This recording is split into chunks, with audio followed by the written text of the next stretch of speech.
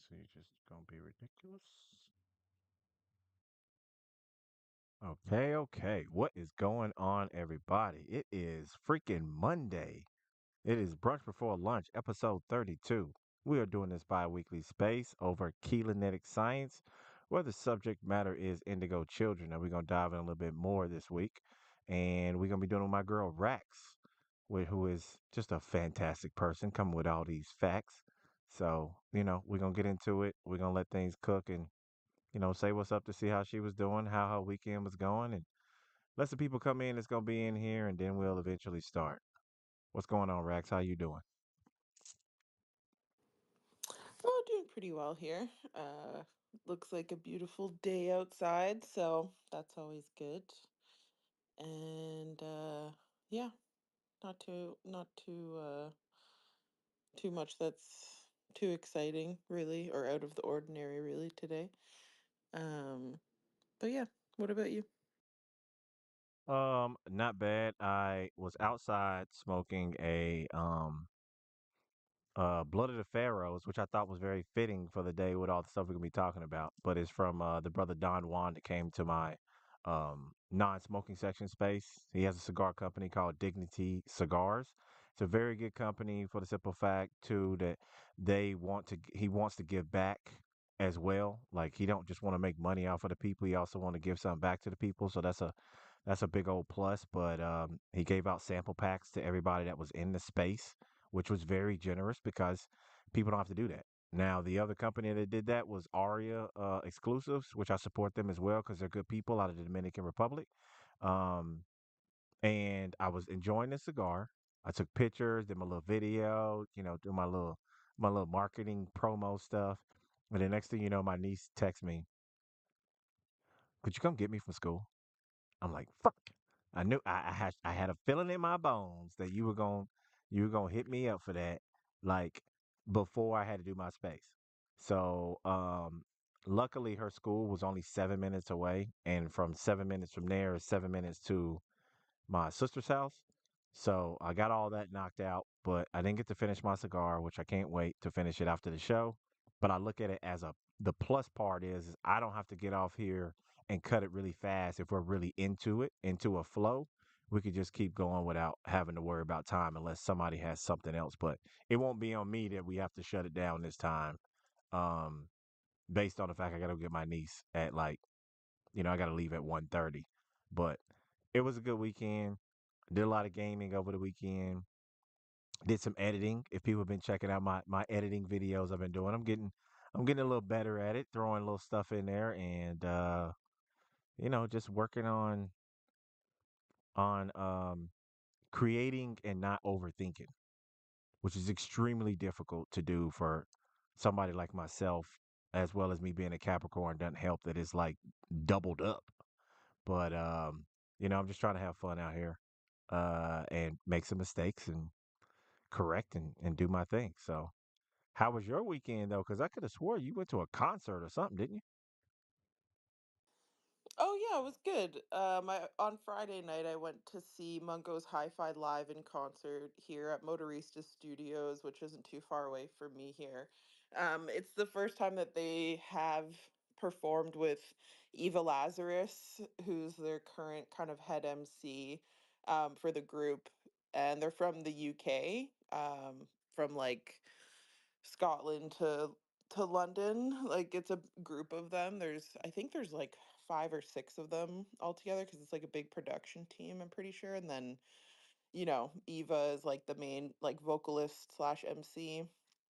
But they haven't always had her, I guess, as the main person. I think she's like a newer member of the group, but I've been listening to them for the past like 6, 7 years now. And they haven't come to Toronto at all. So I was just really happy to see that they were coming here. It was also hosted and organized by some people who put on these events called the Canna Kick It events, which are like these cannabis uh and art events where they also have like glass companies come out and do showcasing for like their really high quality glass work. And um yeah, they also host these the Great Hash Rosin Showdown and all of these kind of like Canadian, like Ontario based cannabis competitions kind of a thing for like a lot of the gray market or ACMPR, like medicinal level growers and stuff like that, where they're more private. So it was cool. I was happy to see that they were the ones like organizing the show with them. Um, and it was an amazing time. They put on a great show. The venue was really nice. It used to be an old like airplane hangar actually, and then they turned it into like a studio. So now there's all kinds of different events and stuff that people host there, but it was cool because they still had some of the old like airplane like memorabilia, and I took a couple photos of like some of the memorabilia that they had in there. And yeah, it was a great time. Definitely like something I've been looking forward to for a long time. And I was just happy that I got to finally go and see them. And yeah, there was even some of my friends working there, like vending and stuff. Like one of the girls that I worked for at the Canna Crawl in Hamilton like a month ago was also vending there. Like she has an infused like food company where she does like cannabis chef work for private events and stuff like that. So she was there. She actually asked me to work, but I had already bought tickets to that event, so I was like, no, like I gotta go just dance, and enjoy it. But yeah, it was a great time. That was my Friday. Saturday was kind of very chill because of that, because we were out pretty late, and then didn't get to bed till like after 4 or whatever on Saturday. So just kind of didn't do much on Saturday, just kind of chilled. And yesterday just did regular like errands and stuff, groceries and stuff like that. So yeah, it was a good time. It was a good time. I had a performance on Thursday last week as well too. It's my first live performance in like a year and a half almost. Because the last live performance that I did that was like paid also was at the Rec Room in Barrie in the fall.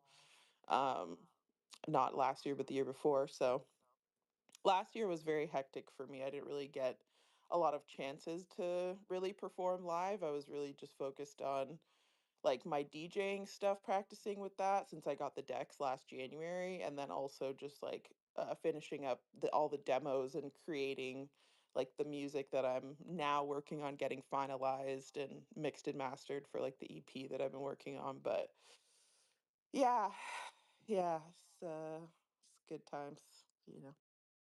Yeah, it sounds like you had a fantastic time, and I'm gonna be honest with you. It ain't a party if you ain't coming in at 4 o'clock in the morning. I'm just gonna be 100% honest about that. It's not a real party if you ain't coming in at 4 a.m. I'm sorry. It you just to me just says it wasn't that fun. Um, if, if you ain't coming in at those times, because I remember them days back in my raving days where we didn't get back in until probably noon the next day is when we try to get in to like lay down. But with a house full of people, you ain't getting no lay down time. Let's just be honest. You find a corner to fall asleep in, good. If you fall asleep on the couch somewhere, then you're gonna be good on that one. But to be honest with you, in 72 hours, I probably got like, I don't know, maybe 4 hours of sleep in 72 hours because it was just so much fun.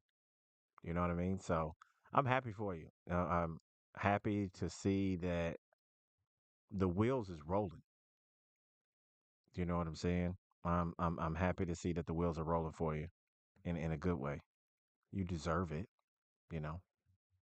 So I like seeing people win, especially people I care about that are good people, because there's a lot of shitty ones out there that at times seems to look like things just roll in very easy for them, and you be wondering like, really?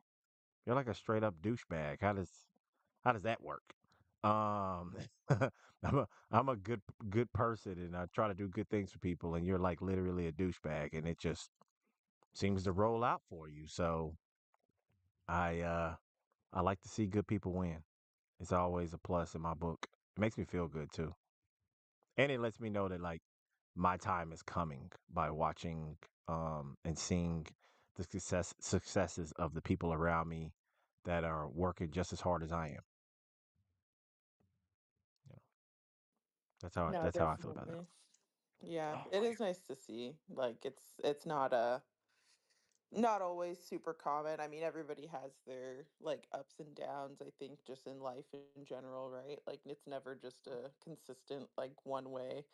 Um, but you know, uh I don't know. I think I just kind of reached a point where like I think I've done a pretty good job of like managing the energy that's around me and like the things that I'm taking in and stuff. And yeah, I think that I like by creating stricter boundaries and being more intentional about, like the things that I'm watching and listening to and just doing on a daily basis, really, like I find that, the more that I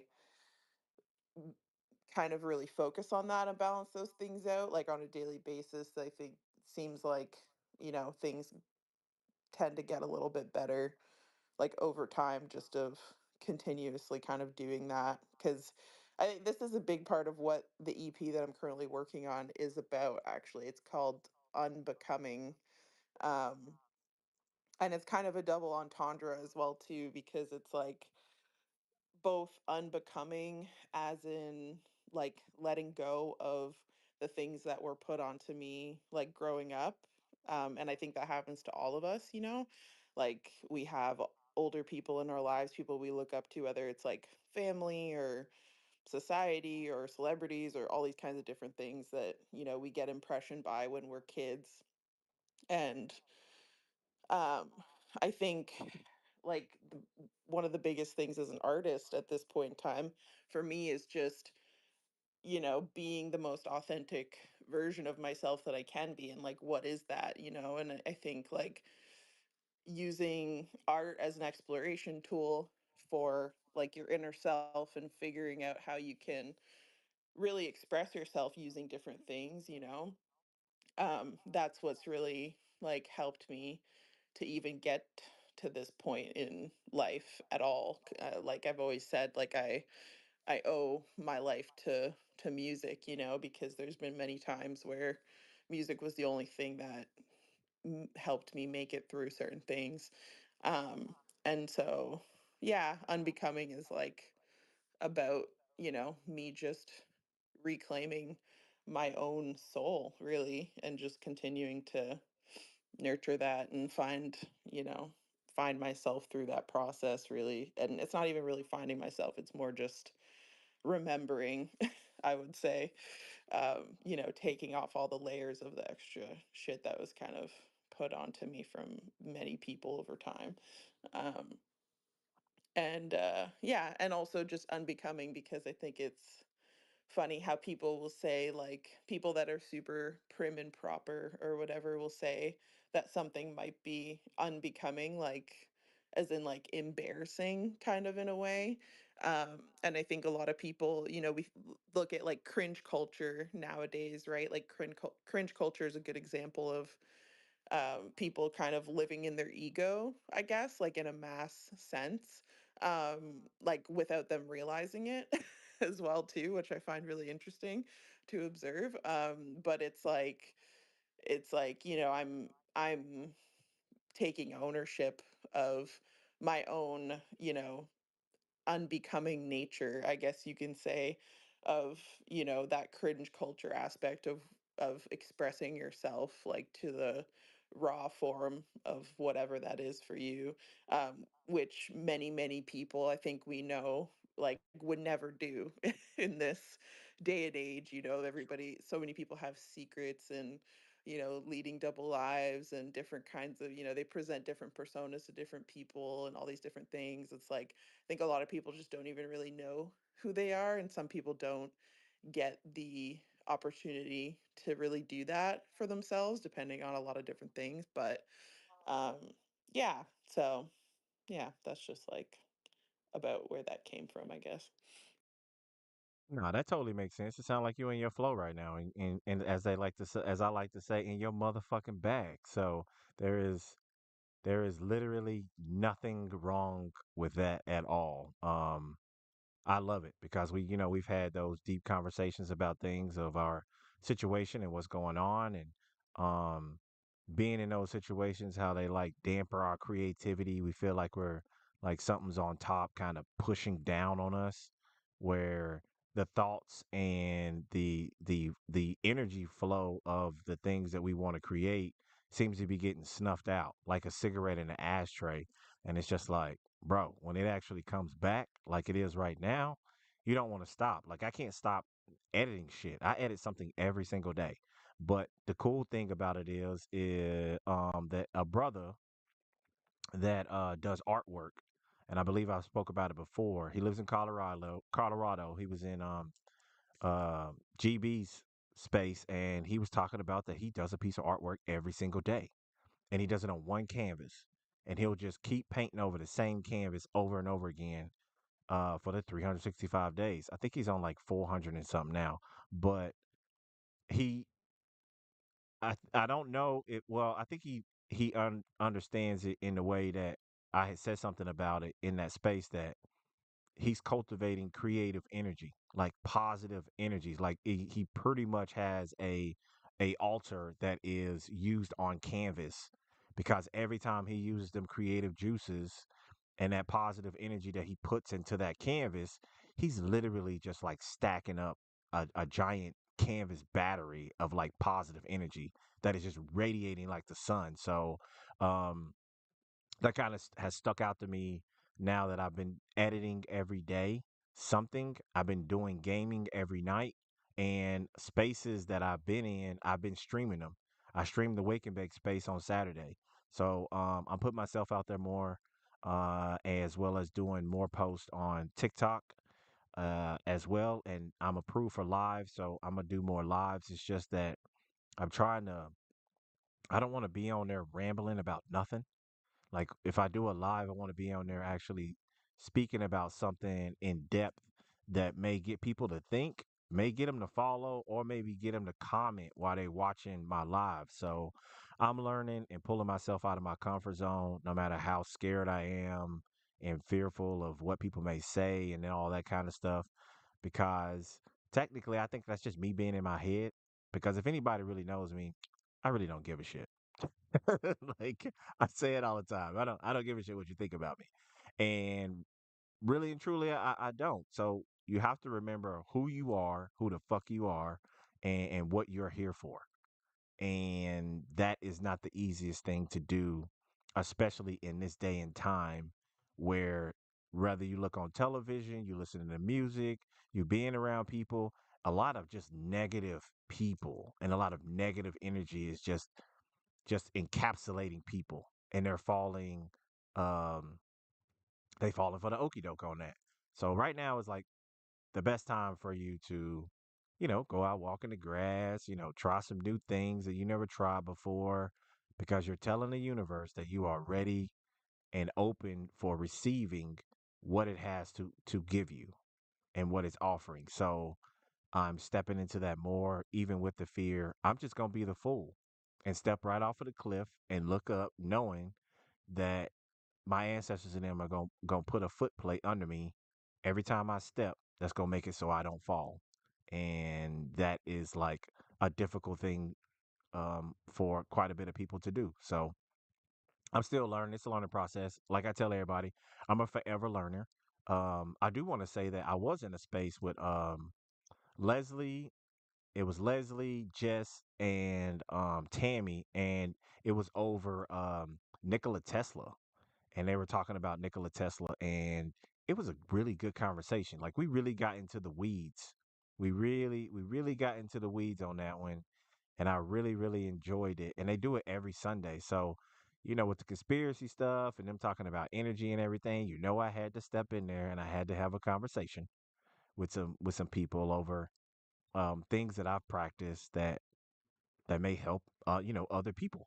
So that's been that was really really fun, trying to get in more spaces that are talking about things that I like to talk about, and not just going into any old space, because that thing with the energy is true. You step into a room where people just bullshit and talking crazy and everything, you feel dirty. So you you got to get out. You just like, I won't be getting in there no more. So I'm just trying to go to stuff that is positively uplifting because I am the alchemist and I'm an alchemist and you know um and change things into what I need. But I do want to say before we get into anything, Rax, I got two questions for you. One, have you heard that they literally turn lead into gold? For one, and for which is alchemy thing, and for two, did you hear that the fucking Annabelle doll is on a fucking state tour? Well, the lead into gold thing, like, actually, no, I haven't. I've only heard of like the traditional story of it with like the chemical mixture that they gypsies developed so that they could turn less precious metals into something that looked like a precious metal so they could actually make money from it and fuck over the royals and all that kind of stuff. But no, I hadn't heard about that, but I did hear about the Annabelle doll thing, which I just think is like totally ridiculous, and I don't understand why people waste their money on shit like that, but in the first place. But well, I know why, but it's just ridiculous. But yeah. It's just crazy. I want to say what's up to Solo. What's going on, brother? How you doing? Have you heard about any of these things? And how's your Monday? Let's see here.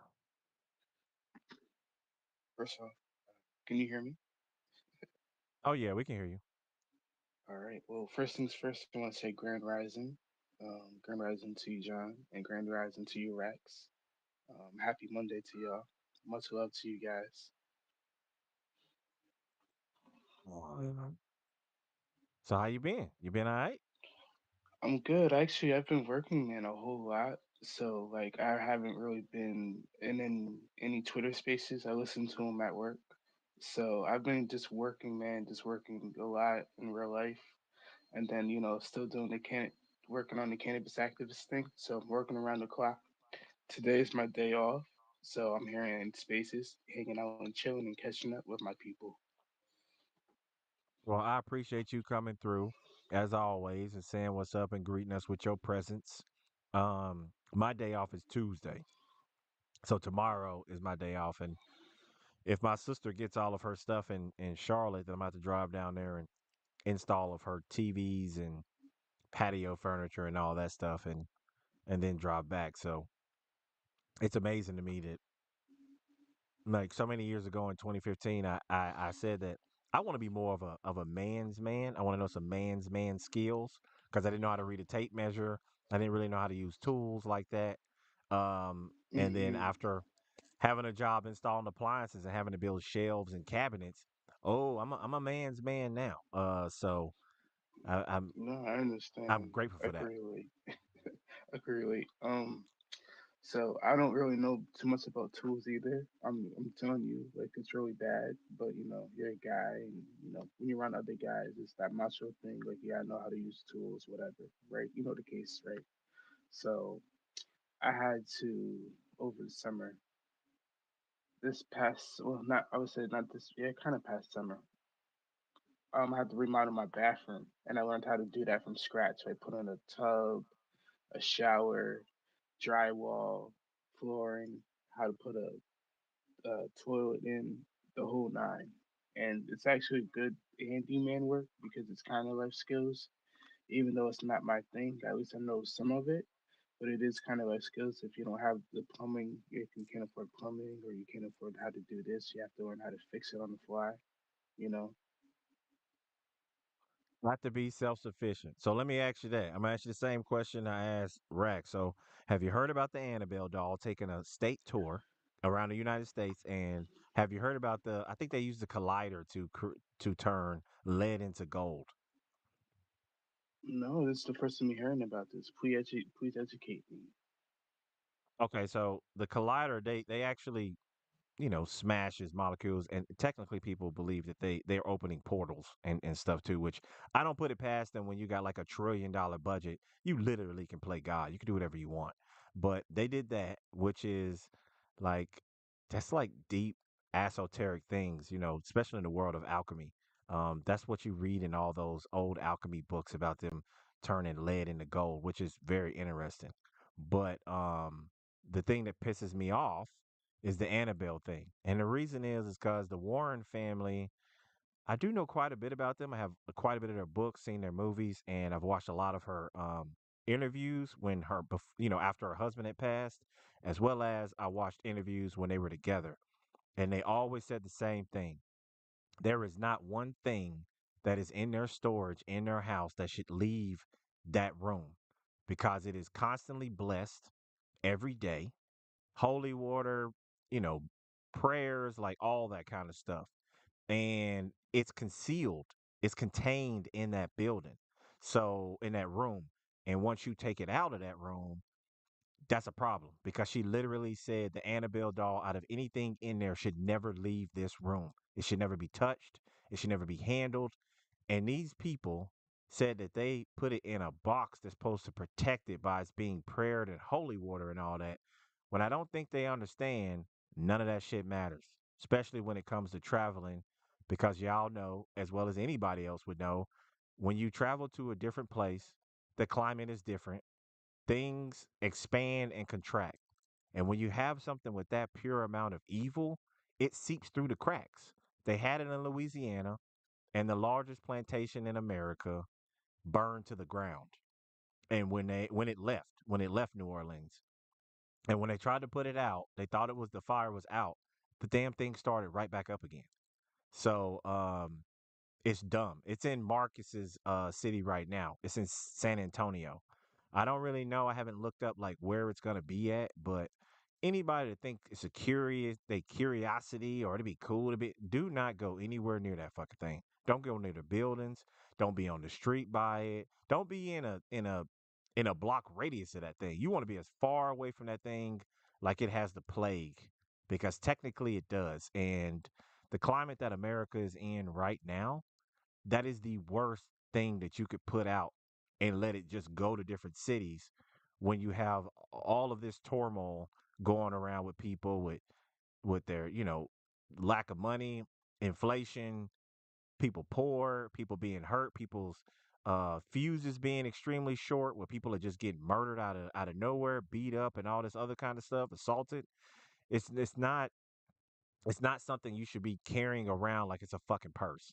It's not, man. Like, it is a vessel holding something very powerful, and cause destruction anywhere they take this thing. So I'm now wondering what is going to happen in San Antonio when it leaves, and everywhere it goes, it's going to leave destruction, man.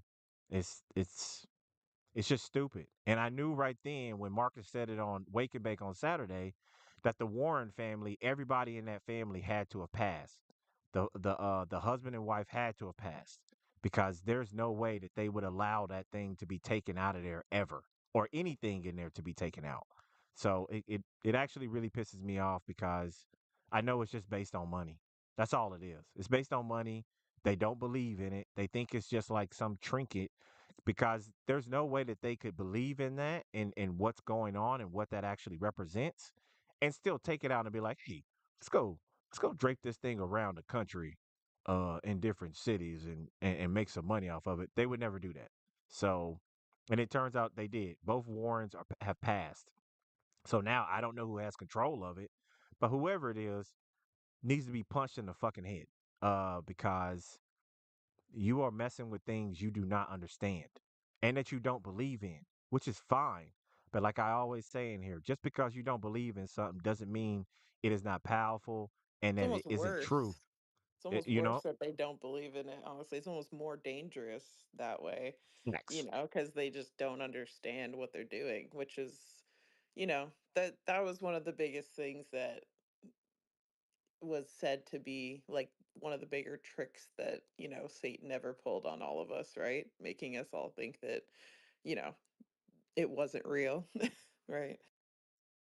Facts. And that's the part that bothers me. It bothers me because of those Yeah, things. because And people will chalk it up to anything else, right? It's like they'll just say, "Oh, it's a coincidence that this place went up in flames," or "Oh, it's a coincidence that this person died near the doll, or that this happened, or this person had an accident and fell down the stairs, and this person," you know what I mean? And everyone will just say, because they all don't want to believe it or whatever it is. They're putting their collective heads in the sand about money, right? It's like, it's just gross. It's really gross. And you can tell that they definitely, nobody on that team must have Caribbean family members, because I know my Exactly. mother would have been like, you stupid. Very. I have to educate people all the time about dolls. They're like, "Oh, we got the doll." I'm like, "Why do you think You're there's so many stupid. videos about dolls moving?"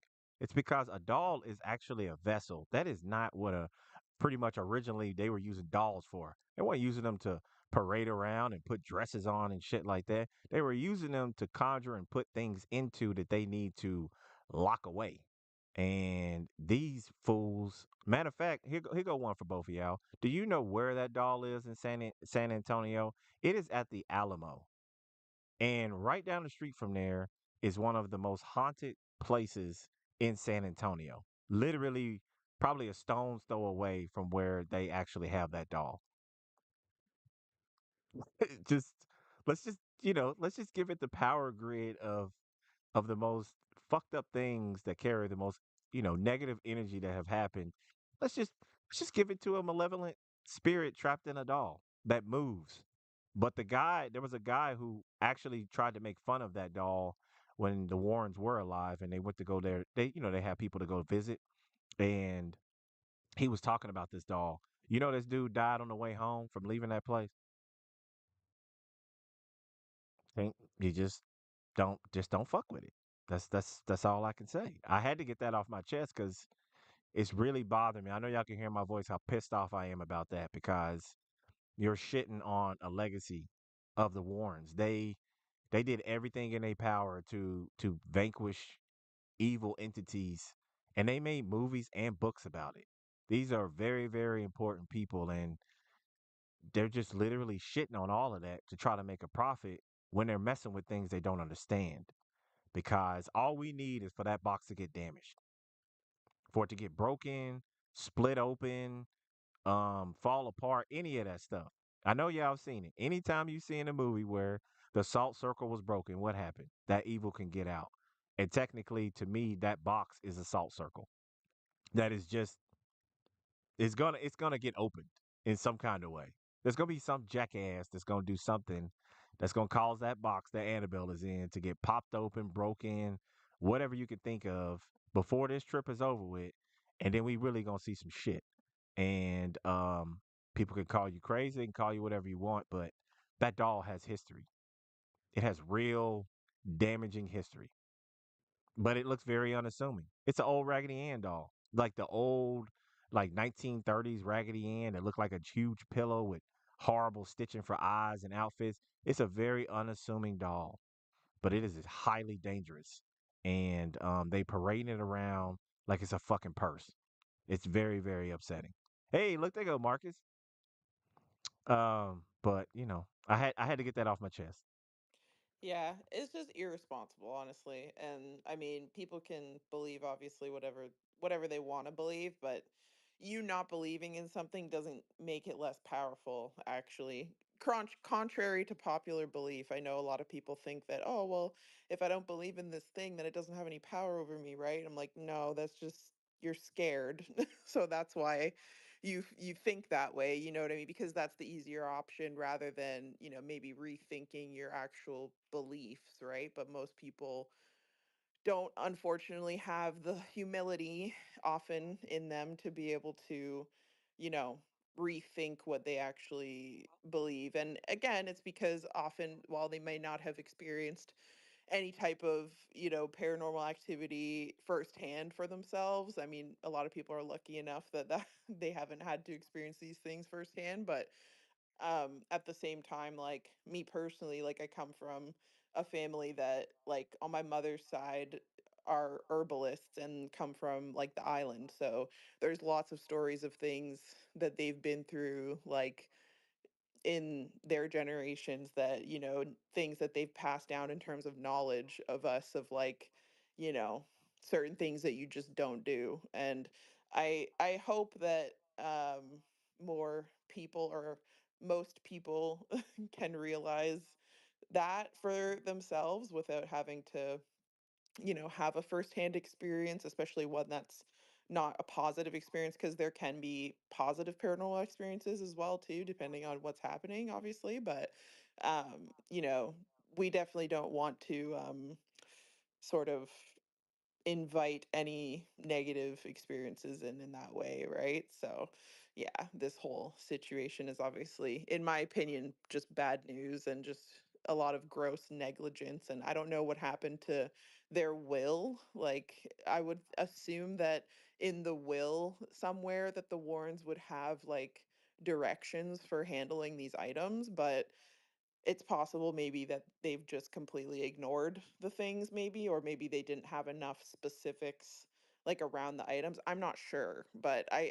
feel like I don't feel like it makes sense that they wouldn't have proper directions for handling the items once they've passed in their will, because of how much, well, I mean, it was like their life's work, right? So why would they not have that listed? And then it just makes me wonder what happened as to like the person that's responsible for actually taking these items out of the place where they were supposed to be kept. Like, did they actually have full permission? Did anybody really look at that? Has anybody actually like asked these kinds of questions as to like who's the lawyer involved with like the handling of their estate? And you know why is it that at some point there was a person that was allowed to like remove some of these items? Like, were they part of the will somehow? Like, are they related somehow? Or like, that's what I am trying to understand about it, because to me it doesn't really make any sense, other than unless somebody was just corrupt and they just let somebody else take it because they knew they were going to make a bunch of money off of it, which again, just very stupid. But yeah. That's crazy, right? Because anybody that's read any of those books, watched any of those Conjuring movies, seen any of her interviews, they were about their fucking business when it came to that stuff. And it did not play. Like, not even a Yeah, so I little don't bit. understand. I'm like, how can this even be possible? Honestly, it doesn't seem like something that they would have allowed like in their dying wishes. You know what I mean? No, and it's that we already know that it's based around money. But like a lot of people say, only in America would you do some stupid ass shit like that in this kind of negative climate that we're in right now. It just makes no sense to me. But I did have a theory also that there's a possibility that they're passing it around to cause chaos, because the chaos that they're trying to cause is not happening at the speed that they would like it to. So parading around a nuclear battery of the most evil, diabolical, demonic shit, seems like that might be the way to to get some craziness out of people. We'll see. But man, pissed me off. I've been pissed off since Saturday about that shit. Now it's being talked about everywhere. Yeah, I kind of didn't really want to go heavily too into, because I don't really want to contribute to the exposure that that thing has, to be completely honest with you. But yeah, it is what it is. I mean, if you are smart, you probably would just, like we said before, stay away from it. But yeah. You know, you got them clout chasers. People want to get on social media for clout and all that, and say that they were by it and all that other bullshit. But keep keep fucking around and finding out, because people do not understand. It's one thing for something to attach itself to you and you can see it. It's something completely different when something can attach itself to you and you don't know it. You can't see it, you don't believe in it, you don't understand why these things are happening. Like, spirits of that caliber, they don't just, it's, how can I put that, it's not just an attachment. Like, it's a possession. It might get you, it might get your children, it might linger in your house. Like, it really can attach, and it can cause things very serious to people around you that you love, because they don't really go after the person that's kind of the asshole or the not so good person. They go off after the more peaceful, positive person, the person with more positive light. Because what fun is it to corrupt and mess somebody's life up who's a fuck up anyway and is not a good person? It's much funner for things like that to tap and mess with somebody who's just an innocent person, a good positive person. And people, most people are not protecting their aura anyway. They don't even know how to do that, how to accomplish that goal. So they wide open. It's pretty much like they walking around spiritually naked. Well, that's why we're supposed to be talking about the things we're supposed to be talking about during this space. Facts. Facts. And you know what? We gonna lead right into that. But I first want to say what's up to the 13 people watching me on my live on X. Highly appreciate it. Please like the space, retweet it out so more people can get in here. And even on the live, leave me a comment on how your weekend was going. And if you have heard about any of these things, and maybe if you got some spiritual stuff on your mind, what you've been through, let me know. I do want to know. I will comment. I might not comment directly while I'm in the space, but I will make a comment on it. And, we get a little back and forth going. But Rax, I have no idea what page we're on. To be honest with you, I did look We're on over your page stuff. 26. Where 20. I'm one I page down. pulled up some briefs from page 26 to 33. There's 40 pages total, so I figure we can go over the basics for 26 to 33, and then the next space we can kind of wrap things up for the most part. Um, but yeah, and then I did put together a guidebook for this workshop that is in plain English terms for people that are not as familiar with a lot of the things that we're talking about here, so that if there's people that are interested in the content that want to kind of um, find a more approachable way to apply these things to their own lives, that the guidebook that I put together is much more digestible for like a newcomer to Keylontic Science. So Okay. I'm going I have to get that because I definitely want to spread the word. And now that I got that tea shop with the back spot with all the ley lines and all that good positive energy, they definitely want to talk to me about teaching some classes there. So I would love to spread this information out to the people. And definitely probably not for free. I'll probably do it for like $10 a head or something like that. But one way or another, we ain't gonna do it free. But we gonna talk about that on the back end. But I'm gonna let you cook, Rax. Come bring these facts. Ugh. okay, so um basically I'll just go over some of the core themes for these pages. So some of the main ones that these pages talk about is DNA as a spiritual technology, indigo children as evolutionary stewards, a distortion and healing, and then ascension as reassembly of the self. So I will kind of just go over these sections as briefs. Again, because I just feel like it's a little bit easier for people to understand when I do the kind of more condensed and broken down explanations rather than maybe reading off of the main document, which can be a little bit like a lot to digest. Again, if especially if you're newer to the subjects. So I'll just kind of go through that. So you won't have this breakdown, Jonathan, in your main um, document in the main workshop for the book of the Architects of Light. Um, but it is based on that. I'm just kind of like summarizing and simplifying a little bit. So part one is the DNA activation and soul integration. Um, so the document outlines the evolution of human DNA templates, especially comparing contemporary humans, original Earth humans, and then indigo slash orphan children, which are hybrids of diamond slash double diamond slash emerald sun DNA code templates. These distinctions are based on how many DNA strands are active or can be activated and at what age. So, for example, contemporary humans are born with up to three active strands, and the fourth is often blocked due to mutations. Um, and indigo children are genetically coded to activate the fourth strand at birth and have early access to the fifth and sixth strands, allowing early soul integration and higher dimensional awareness. So in this section, it talks about fire letters. So, fire letters are scalar wave programs within the DNA that encode identity and consciousness. So, damage or distortion in these fire letter sequences, usually inherited epigenetically or karmically, prevents full DNA activation. So, this reflects an esoteric model of evolution where humanity is seen as multidimensional beings with latent spiritual genetics.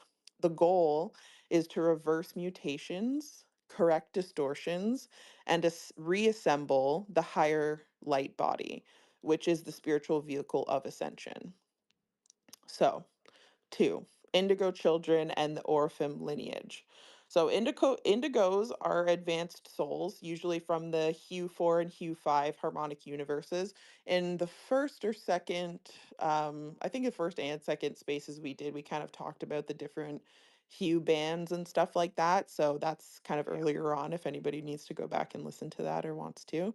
Um, so, Indigos are advanced souls incarnating to assist in Earth's grid healing and ascension. They carry advanced DNA templates, including 24 to 48 strand potentials associated with Melchizedek and Uniset cloister lineages.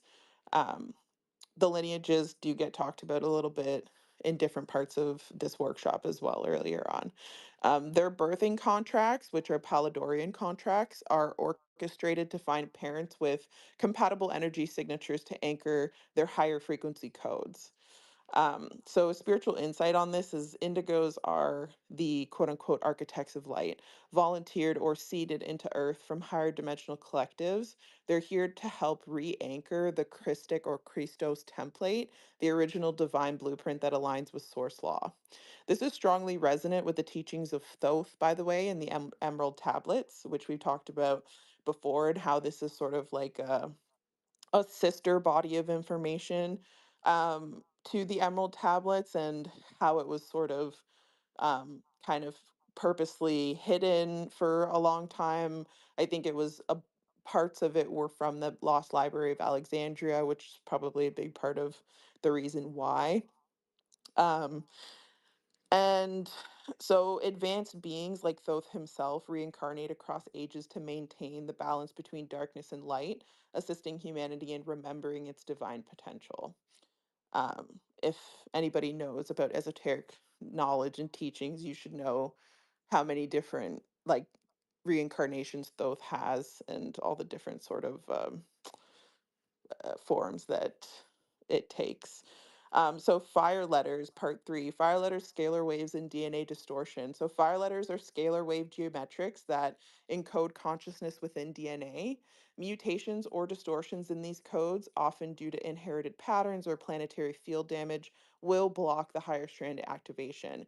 These distortions result in biochemical, hormonal, and emotional imbalances, especially in the indigo children who carry higher energy fields in a denser physical world. So, the healing methods for this are included. I also did a step by step breakdown of the Maharic seal in the guidebook that I recently finished for you guys. So, that should be helpful. It's also known as the Kathara healing. It's presented as the fastest method to restore fire letter alignment and support the DNA repair. Indigo children also need bioenergetic field assistance to stabilize their bioenergetic fields, often through energy work or shielding techniques, which also is kind of highlighted in a lot of parts of the Keylontic Science teachings. There's some videos, there's some voice notes, like recordings of people kind of doing a step by step walkthrough of a lot of these methods.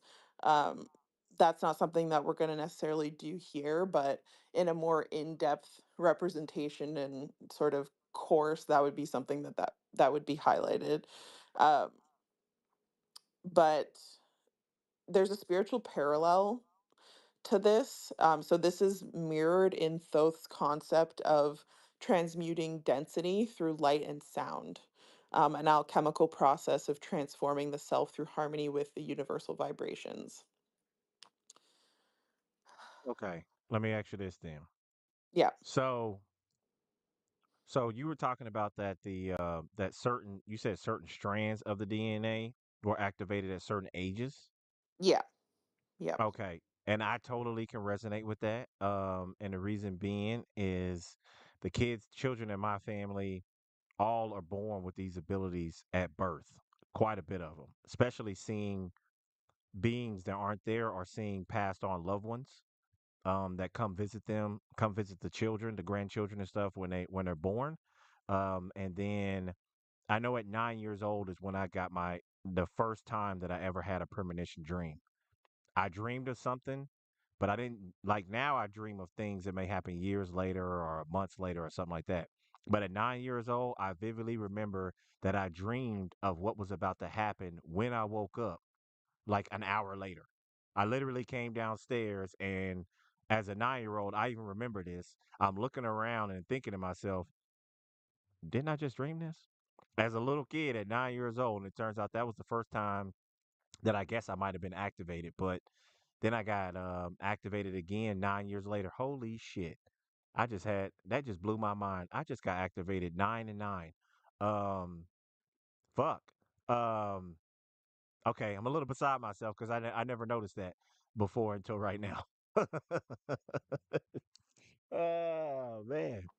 No, that's really cool. And it makes sense, right? Like we're like I was saying before, how indigo children are often born at the third, fourth hue, so they're already like at a certain level of consciousness. Like that's the nature of like the indigos, that's sort of one of the main kind of things, it's these kids that have like these abilities that like an average person might be kind of freaked out about or not know how to kind of approach it or different things, but like these kids have been being born since like the 60s, late mid to late 60s around. Maybe some people argue a little bit before that, but yeah, I mean it's been happening for quite a while. It's just that now I think people have the tools to be able to understand things on a different level now because of all the information sharing technology that we have, and the abilities that we have to just share our experiences, right? And then we see all of these families, moms and stuff that are looking for help for their kid because they're telling them about a story from their past life that they don't understand how their kid is coming up with all this stuff, 100%. and it doesn't make any sense to them, and they're just like, what's going on? Like, did he watch a TV show or something? But it doesn't make sense. They're just trying to figure it out, you know what I mean? But yeah, like there's a lot of different ways that um these kind of traits can kind of show up. Um, and yeah, I just find it really interesting. Like, obviously, myself being somebody who is very extra sensitive to like energies, I guess you could say. Definitely something that I've experienced since I was a little kid as well, seeing things that other people can't see and feeling and all of this stuff. So it's definitely like a lot at first when you're not very familiar with this sort of world, but it is cool though to see when people are starting to learn about it all and like starting to have their initial journeys into the world of the unseen or whatever you'd like to call it. um to hear the different stories and experiences that everyone has, because it is so unique, but also not so much when you start to really talk to people about about it that also have similar experiences, you know what I mean? So That's how you find your vibe tribe, your spiritual people. Vibe tribe, as Marcus would put it, as he likes to put, which he is correct, but it is a lot more of us linking up. And I'm for real with this. My journey of finding more people that you could say indigo children, greenbacks, whatever you want to call them. I found them more once I was in this space. This was the first place that I started meeting people that were like me or similar in some kind of way, and we're all like linking up, you know what I mean? And then that's when it like transferred over to my real life, my RRL life off of online. it's like I that energy transferred over, but it had to be sparked somewhere.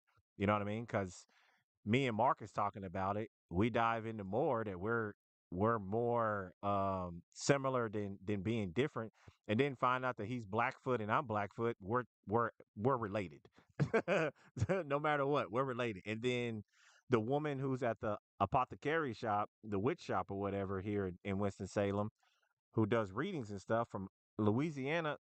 She was in the movie Sinners, but she's Blackfoot too. And I'm like, oh, we're related. And she's shaking her head. She's like, yep, we definitely would be. So it's been really, really cool. It's been a great adventure. I'm never gonna stop. You know, I'm just gonna keep learning. But I'm so glad I met you too, Rax, and that we have a very close relationship.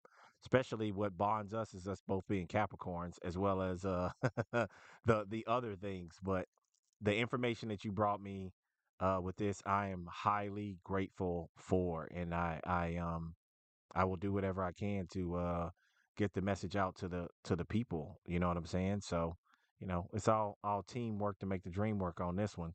It's it's an amazing thing when you actually can learn who you really are. Who you are and what you are is more important than anything.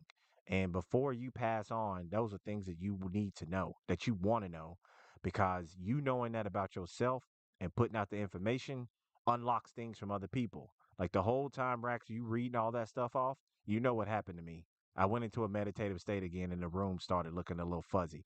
So I don't know what I what these words connected me on, but they do connect and resonate with me in a vibrational way. For y'all that don't know that weren't here before, Rax literally read a sentence one of the lives that I did for brunch before lunch, and I had like a weird body experience. Like it felt like I was wearing an entire like thick suit of energy for like 30 minutes.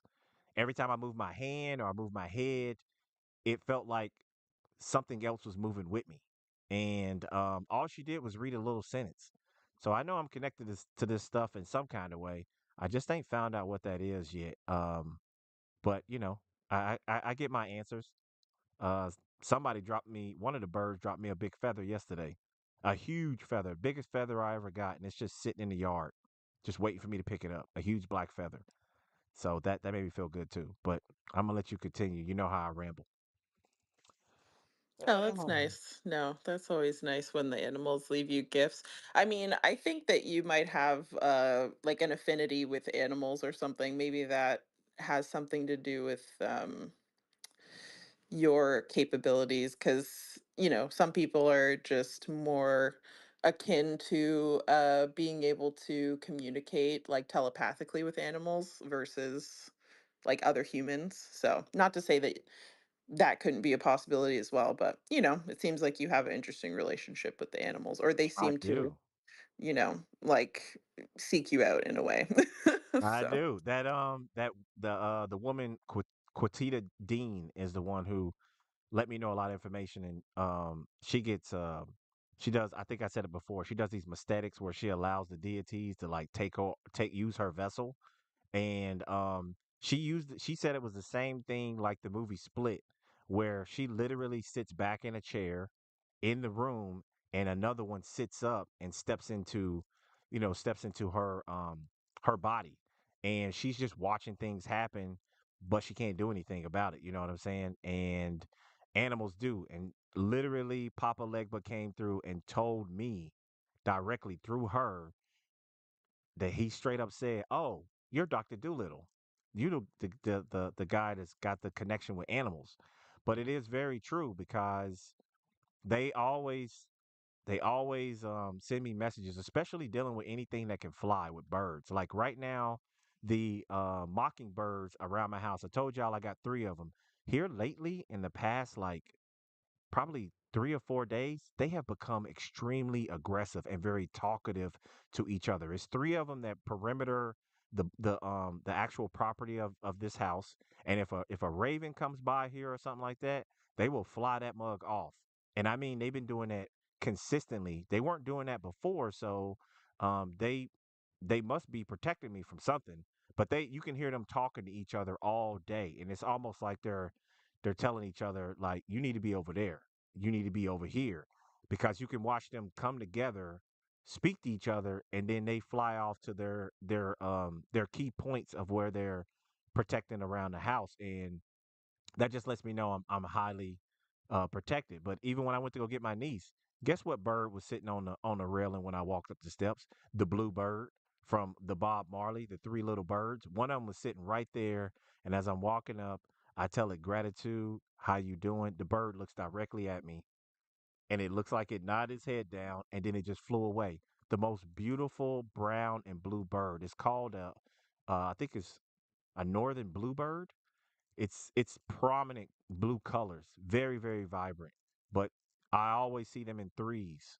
And this time I just saw the one, but he was on the rail and looked right at me. I guess he was confirming to me that I was gonna get back home in enough time to um to do this space from going to go pick up my niece. But it's it's been a wonderful thing. It's just that when these things happen to me, nobody's around. It doesn't happen when people are around me.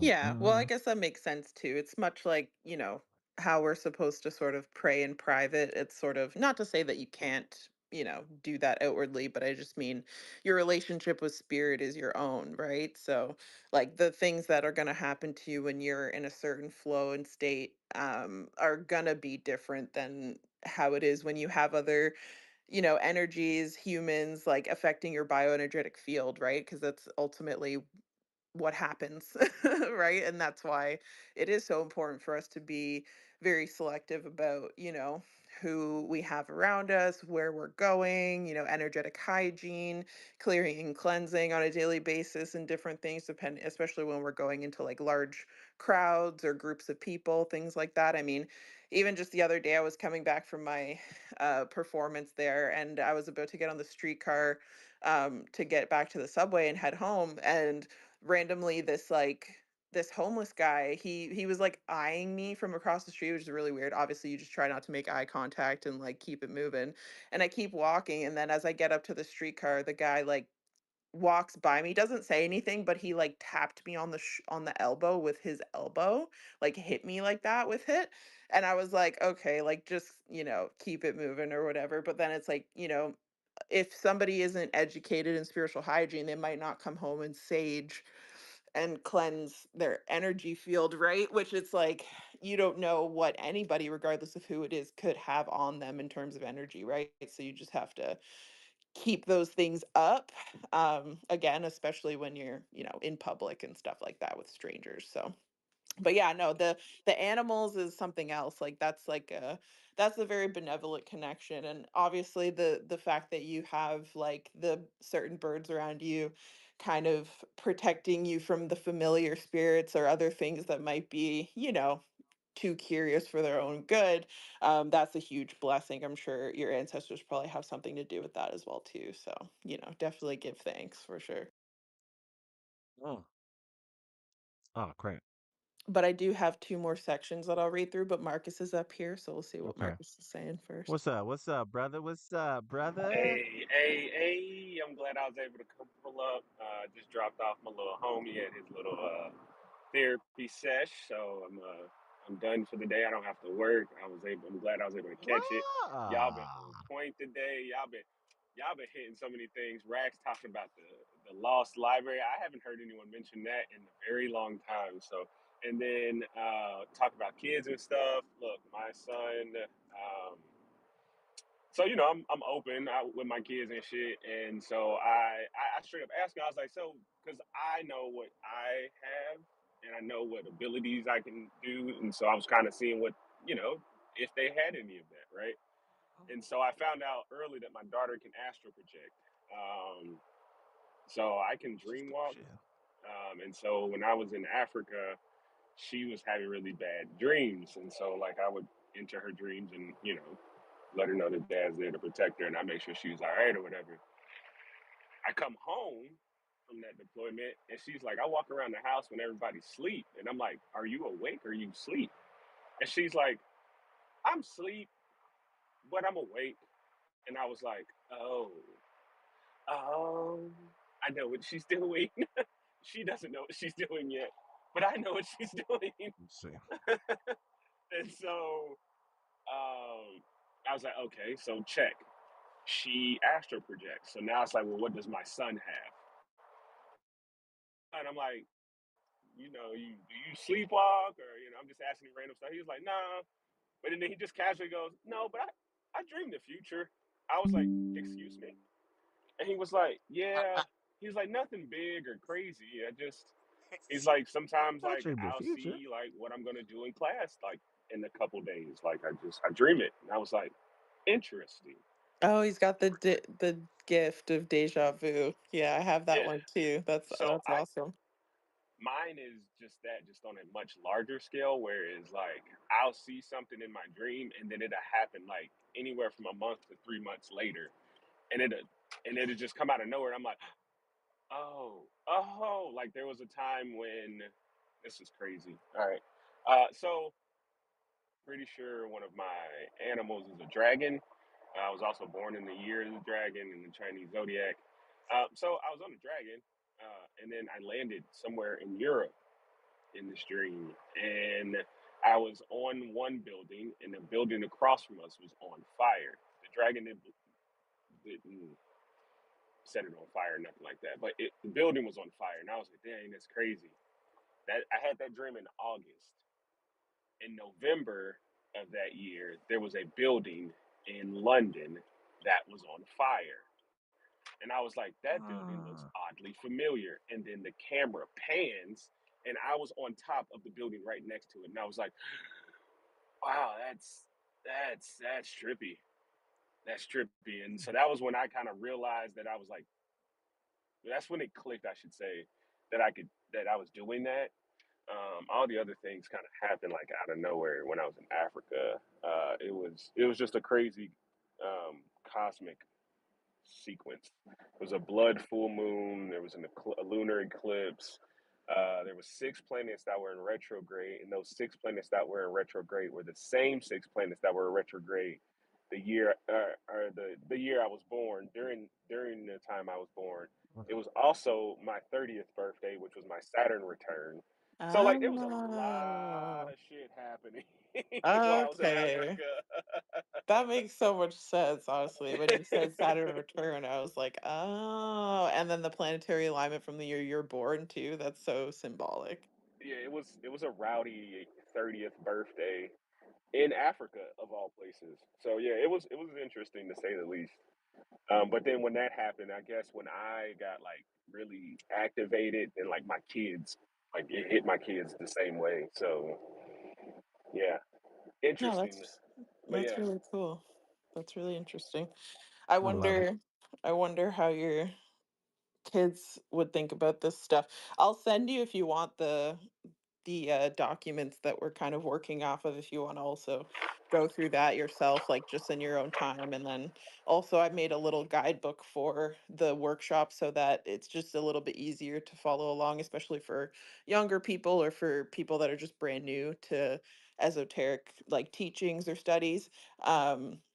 So yeah, if you want, I can forward that to you. Hey Oh y'all, yeah, for hey, sure. I want to see some secondary volume on this project here on Sui, or I'm gonna go to a Web3 event, fucking blow someone's goddamn brains out. Y'all better fucking buy this project, like give a fuck. This is an Like what? extortion. Hold up, Who's bro. This is a talking? This fucking is this extortion. is I want not money. what this kind of space is.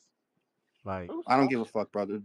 You better come on Tradeport and buy this well, then project get just for the. the How safety. about you get the fuck out this space? You Who know what are I'm you to come saying? in here Like, being hella disrespectful on some shit that you don't even know what the fuck we talking about? So how about you take your goofy ass somewhere else and get the fuck what on? is the deal? I don't like it. I don't like it. I was like, man, come on, bro. Uh, Well, you give somebody a chance, but hey, you but know. yeah, he didn't even take a mile. He just shit on our block. I'm not with that. Like, No, hell man, no. No, that's a whole I don't bunch of bullshit.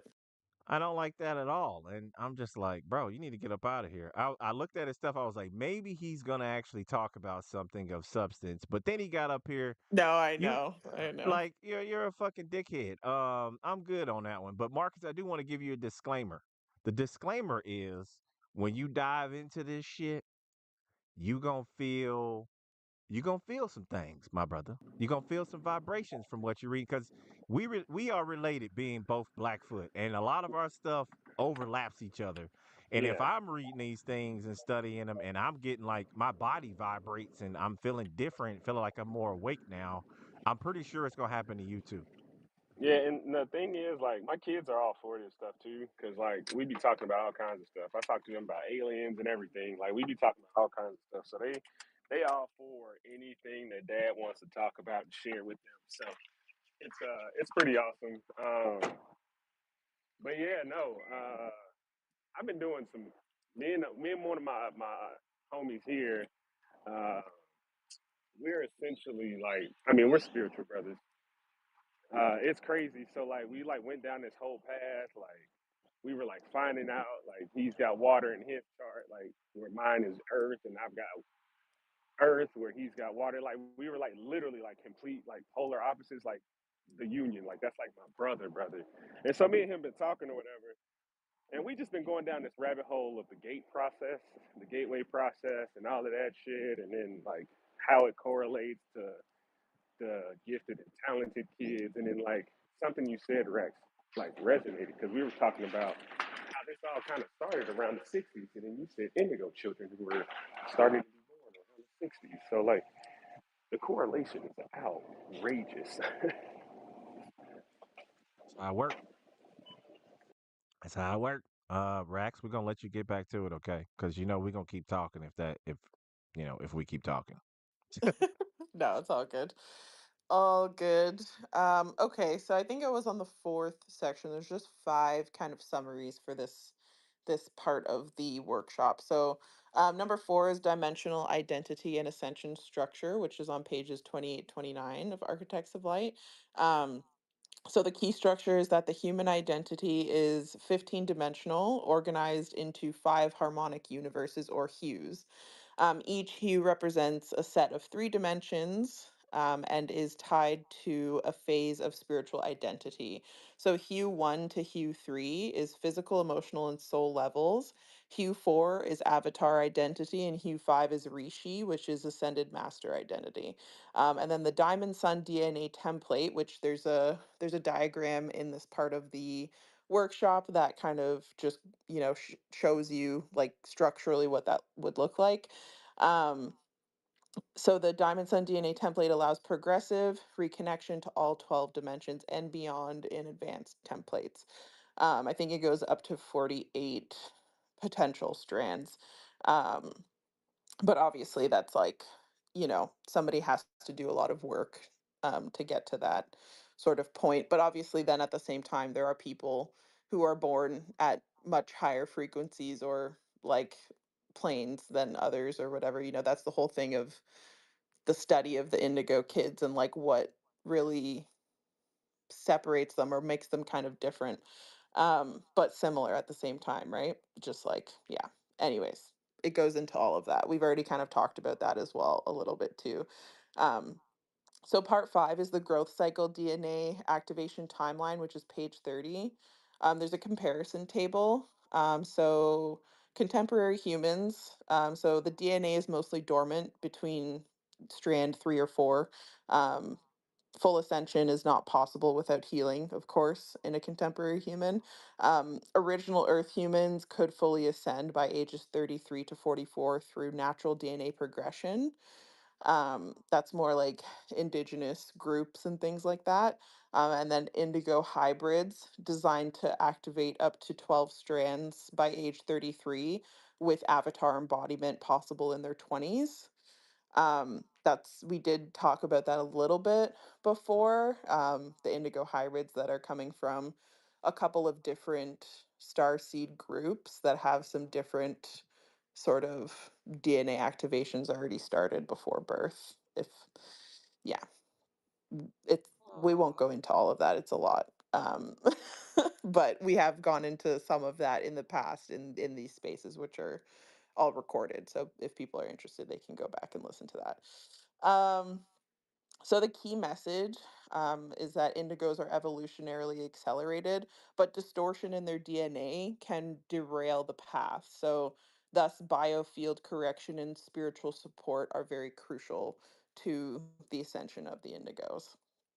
Um, Mm. so there's a parallel throughout this with the emerald tablets that I want to highlight. So Thoth or Thoth, sorry, speaks often of the sleeping fires within man. The serpent fire, which is what we talk about in Keylontic Science, which is the same or just another term for the Kundalini and the path of self mastery through inner transmutation. So, what the architects of light teaches in modern grid based metaphysics, Thoth teaches in symbolic spiritual alchemy, but the essence is the same. We are divine beings encoded with latent potential to ascend through light, wisdom, and inner alignment. So, in conclusion, the core themes for these pages from 26 to 33. Um, so, one, DNA as a spiritual technology, unlocking consciousness and ascension through activation and correction of genetic energy patterns. Two, indigo children as evolutionary stewards, born to help restore Earth's grids and bring humanity back to source alignment. Three, distortion and healing, trauma, mutation, and false templates blocking evolution, but can be healed through energy work, conscious effort, and frequency mastery. And four, ascension as reassembly of the self. The journey is about remembering and reactivating all parts of the higher self across dimensions. So there's a step by step Mahark recoding and Cathar grid healing sort of technique and practice that um, this kind of goes into. I did break it down a little bit and I put it into that guidebook that I mentioned that I made earlier for all of this to make it easier for people to kind of follow along and then do that like in their own time because I think it's good to kind of do that privately like when you have time where you're not feeling rushed or anything like that like just to kind of really dive into. So anyone that's in here that if I haven't already sent you the guidebook, if you'd like for that, or if you'd like that, just let me know. I'll just send you the link for it. Um, and yeah, I mean, I think that it's important for more people to kind of realize how this type of information could positively affect not only their lives but also the lives of young people around them if they have like if anyone has especially like nieces, nephews, kids, like younger adults that are um more sensitive to energies that have any of these kinds of abilities that aren't traditionally sort of understood or taught in the traditional education systems.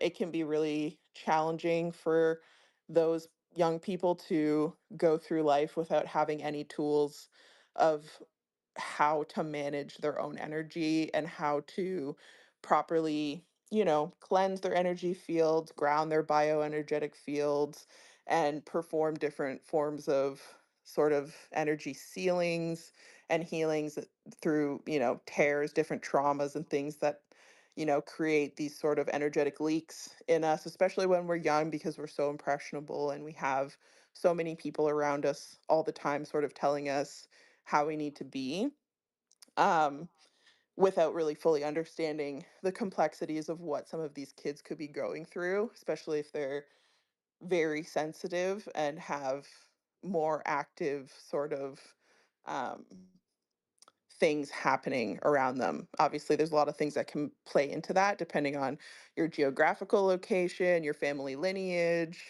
their current environment, and also just like general home life on a day to day basis. There's a lot of different things that can positively or negatively sort of affect indigo children. And we want to try to, like, my goal is to just try to get this information out to as many people that I personally know with the potential of just helping them get along a little bit better, giving them the tools a little bit sooner so that they can learn how to manage these things a little bit faster. Because, yeah, it's taken me a long time to sort of learn how to even ground myself and cleanse and get to a point of being able to go through my days and weeks without being bogged down by external forces and energies and stuff. So yeah, I just think that it's, really powerful information that could potentially help a lot of people. So yeah. I'm not gonna lie. Anybody wants to I, say anything else, and I think I think all as many children definitely need to actually get a piece of this information and to know about these things because of the simple fact that 9 times out of 10, whatever abilities your parents might have had, a lot of people just mull it over, put it under the rug, and act like it don't exist. And y'all know, like I know, if you ignore abilities in your body long enough, they will just pretty much get put in a closet somewhere and locked away. And sometimes it may seep out a little bit, but by getting a child to know these things early, you're already activating them even more because it's tapping into um, through things that might have been from their lives before or dormant energies that haven't even come out yet. So you may awaken things in them earlier than before. And like Marcus, I did the same thing with my daughter. I don't lie to my daughter. I tell her about different things. We sit and talk, and that's where I found out when she was depressed that okay, so I don't only have the good positive, spirits or angels and stuff around me too. Like my lineage taps into the darker side as well. So people that might have tried to hex me or put curses on me or whatever, 9 times out of 10, you're dealing with the forces that my lineage is friends with. So you're pretty much talking to the cop that is patrolling my family. So it's just not a smart move. But with my daughter, if she gets really depressed or if I do, more of the malevolent, darker spirits hang around us. And she had three of them that was around her all the time. She was highly depressed at this time and she could see them. They were always there. And as we got her some therapy and has gotten her work through her stuff more, she doesn't see him like that no more. Now there is one that always follows her, but he never does anything. I think he's there to protect her. Um, she says he looks crazy as hell. She drew a picture of him. He does look crazy as hell, but I think mine look even more crazier than hers. But I told her you got to think about it. They stretching all the way back to Africa. A lot of them are not gonna. They're not gonna look like some cute fuzzy thing that you see in cartoons. They gonna look. They gonna look dangerous. But it turns out they're not. You know what I'm saying? But the two that I have is usually hang out in the bathroom for some odd reason. Um, but they don't look the same at nighttime as they do during the day. They change. Uh, which it's almost like nighttime comes and they put armor on or something. I don't know. But I really think that this information needs to be out to as many people as possible because it may spark something in some people to want to dive into it a little deeper or get them to understand things about themselves that they didn't understand before because they had nobody to talk to about it. That's the greatest thing about the internet and social media that we have, even though it has its negative connotation, it has extremely positive ones depending on what information is being put out and the people that are actually curious enough to look for it. We're connecting with people globally and a lot more information is being given out for that purpose, and I'm happy for that. I mean, think about it. None of us would know each other if it wasn't for social media. Sitting right here, right now, we would not know each other for the simple fact that we would have to be in the same state, or something would have to line up for something for us to meet. But social media has made that possible. So I'm all for getting this information out to people so that they can start questioning things and start figuring out like who and what am I? Not what society told you, and then learning that the thoughts that you have of things that you think you're supposed to be doing and who you are aren't actually even fucking yours. There's somebody that's somebody else's thoughts and patterns and things, and you're carrying on because that's what a generational curse really is. It's unresolved problems passed on through the blood and DNA to the next. It's the same equivalent to the government keep kicking down the can down the road to the next administration just because. And you can't do that. Somebody's got to stop the pattern. They have to change it because it doesn't just change the lineage that was behind you. It changes all the lineages after you as well. And it's just very important. And I just want people to know it. That's why I started brunch before lunch. Oh man. No, definitely. Yeah, it is important, you know. I know there will be people who will think that we're batshit crazy for even being able to have this conversation, but that's also just because it's not for them. You know, this conversation is obviously for people that can relate or have any type of sort of experience, whether it's firsthand or like with a family member, stuff like that. Like I've said, that, you know, they experience paranormal things, they're more sensitive to higher, lower, you know, vibrations and frequencies, whether it's through, you know, animals, through the environment specifically around them, through other people. Like there's all the different types of clairs, right? Maybe another time we can have a space talking about the different types of clairs. Because that is a kind of, it does kind of directly tie into all of this, and it also is just an interesting subject, really, to, at least for me personally, to go over, because, you know, people channel in many different ways, right? That's why there's all of these different sort of energetic tools as well that people will use, whether it's like dowsing rods or pendulums, or, you know, some people use like boards and those kinds of things. But obviously, you know, that's why it's also important to be educated on like your lineage and the things that you have like in your bloodline that you'll have a natural affinity for, also, so that you're not necessarily like stepping on any like energetic lines that are not necessarily yours to cross, different things like that. So yeah, that would be an interesting space that we could kind of go into that a little bit more. Good I'd idea. love Because I that was. one. Go I'd ahead, love Marcus. that. I was gonna say I'd love that one because you know, a lot of people don't, they just know about you know, the traditional, they don't know that there's multiple clairs out there, like saying clairs. People are like, what are you talking about? There's, yeah, there's clairsentient, clairaudient, you know, like people taste things, smell things, see things, hear things, feel things, you know, and you can have more than one. So yeah, that'd be a great conversation to have. I'm down for that. Oh, we're gonna have to work on it because I was wondering what was gonna be the next thing that I was gonna go over, as far as like doing like a series space, because I just feel better doing those where I'm doing a series. We're talking about a lot of stuff over, you know, months of time, kind of like the 12 universal laws. I did that from August all the way to December, and that's just a lot of information that people can go back and listen to. And I think it's a brilliant idea because my homegirl told me 5 years ago, like I told y'all many times, she said, once we go through this and open the door, you cannot close it. So the disclaimer is that once you start tapping into these things, you can't cut it off, but you must know the truth. And the truth is that it's not that you're turning something on or off. It was always there. You're just becoming conscious now that it actually is there and you can see it. You know what it is and you can understand it. It adds more depth to things, like me having premonition dreams or feeling something about somebody. I literally get like an electrical shock straight up my spine to the top of my crown. It happens every time. It even happened when I was 9. It's just I didn't understand it when I was 9.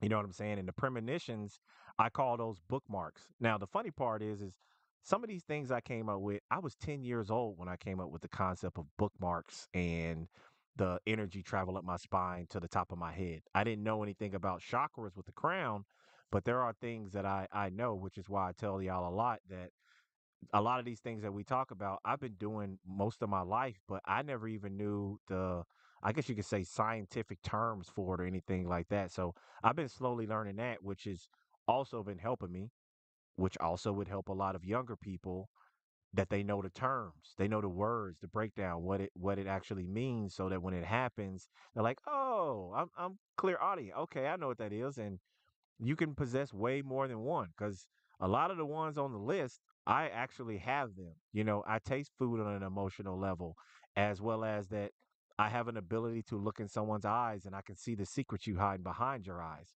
Just like when you see somebody that's murdered their whole family, I can tell you from a picture immediately, looking at the picture, that that was not the person that you physically see, because behind their eyes there's nothing there. Doesn't matter if it's in a video, if it's a picture. I can literally see behind your eyes to what's actually going on. And people that do crazy things like that, that's not them in there doing it. They're sitting in a chair somewhere, in the etheric. There's something else controlling them. And there still ain't nothing you can do about it because the physical body did it. Once people get trapped like that, that aren't that don't know anything about these kind of things, they're pretty much trapped. And that's nothing you could do about it. I'm gonna have to use my term right now because I find it hilarious. Muggles, they just there's just so much that they don't know. You know what I'm saying? And some people think they're muggles and they're actually not. It's because you're not educated on who and what you are.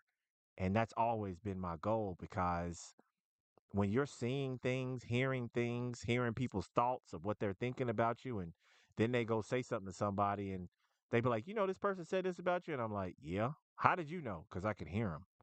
Now I had to stop telling people all these things because people would call me crazy or they wouldn't want to hang out with me, which is fine. I eventually hung out by myself. But the man y'all see today is from me hanging out by myself and with my ancestors and deities for very long periods of time.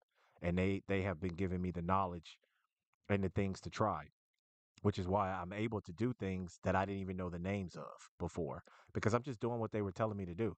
And a period I was a knucklehead and I didn't listen and you get taxed. Rax, you know what I'm talking about. Marcus, you know what I'm talking about.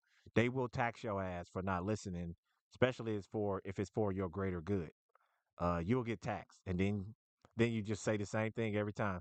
Yeah, I know I should have listened. I'm gonna listen next time. I'm sorry.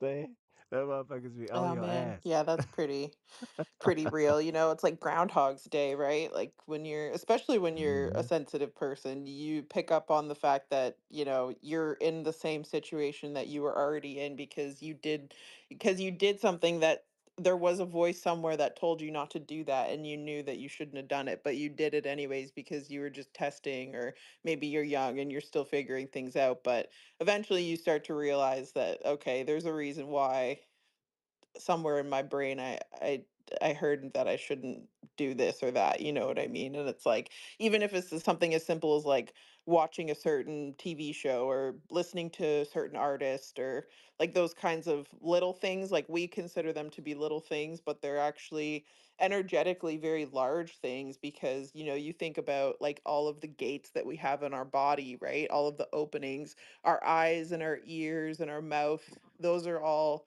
gates into our body or temple, however you want to think of it, right? And it's like, if we can't be conscious of how or what we're allowing into our bodies in all the senses, um, that's going to be detrimental to us, especially as beings who might be a little bit more sensitive, because those subtle sort of negative things that get put into a lot of the mainstream media, music, TV, and stuff is like not necessarily high vibrating frequencies, right? So, not to say that all of it is. There's definitely exceptions. There is good entertainment and good music and stuff like that out there, but there's a lot of, lower vibrating sort of stuff in that as well too, and we do have to, be able to decipher and discern those things, which often just comes from lived experience, right? Like something as simple as listening to a song or watching a movie or a TV show that is a very low vibrating frequency could affect us for an hour, or it could affect us for a week. It's like, but it's just being aware of those things, right? So that we can also use our knowledge and our knowledge of self, which is obviously what our main kind of priority should be, um, in all of this, so that we can then offset those things, because they will also happen just from proximity and being in the world at large, and different things, family, karmic ties, all of these things. And that's why cleansing, knowing how to cleanse, especially as an indigo or any type of sensitive individual, um, and also learning how to seal off your energy, and grounding techniques through meditation practices and different things are so important, for us to know how to apply, essentially, especially when we're noticing things are off. So, Nothing but facts from Rax, as always. I do want to say what's up to the 28 people on the live. Appreciate that for the love and the support. We are having fun in here on Brunch Before Lunch, episode 32. We talking Keylontic Science, Indigo Children with my girl Rex on our bi-weekly space. It is getting close to coming to a close. Not in this space. We're going to keep going. But I mean, as far as what we're talking about with Keylontic Science. And I don't know. It's a little bittersweet because I love doing this stuff. And I finally found a co-host that I can depend on. So it's like, oh man, I wanted to keep going. But this is all good information, man. It's it's really it's really been a fun ride to step out of the comfort zone and start this space. And I'll be coming up on a year in August of doing this, and I don't even know what the fuck to say. Like, I'm gonna be honest with you. I was terrified to start this stuff. You know, I really was. It was in my head. It was in my head for like 2 years to do this one in the cigar space. And one day I just said, "Fuck it, I'm just gonna do it. We'll see how it turns out, but I'm just gonna fucking do it." And now with me editing and put my face out there more and being out there more, I said the same thing. I was like, "Fuck it, it's go. I guess it's just gonna be what it's gonna be." But I'll self correct. But we really have to step out into things that we are fearful of and scared of because it is true. The only way out is through. So you just got to walk into it. I say a lot of it has to do with unlearning what you were taught because you were taught lies. You weren't taught the truth. And That's now, right. obviously, being in the age of Aquarius, you can't hide that shit no more. The truth's gonna come out regardless. So you just have to get comfortable with like, all right, and that's soul crushing for a lot of people because they base their entire life off of a lie. And so having to admit that everything that you've been taught up to this point or that you've learned up to this point has been a lie can truly just destroy people, right? Because you got to have the mental fortitude to be like, all right, well, that sucks, but we can fix it, Yeah. right? And Yeah. that's the thing that a lot of people are going to have a problem with wrapping their head around. To get the knowledge first, you have to admit that all of the teachings that you have had up to this point have been nothing but a fallacy. And so your world that you base that on is false. And 100%. so you have to, once you realize that and you understand that and you can process it, then you can start learning the right information and the real to build your actual world and step into yourself. Yeah. So you can stop giving your power away, I think is the biggest thing, right? Because this is, a lot of this, like the esoteric teachings they were structured. I feel like often they have a face or a popularized sort of archetype that is seen as demonized. I mean, it is demonized, especially by, the traditional 100%. forms of popularized religion, such as Christianity, Catholicism, especially. It's because they're siphoning your energy.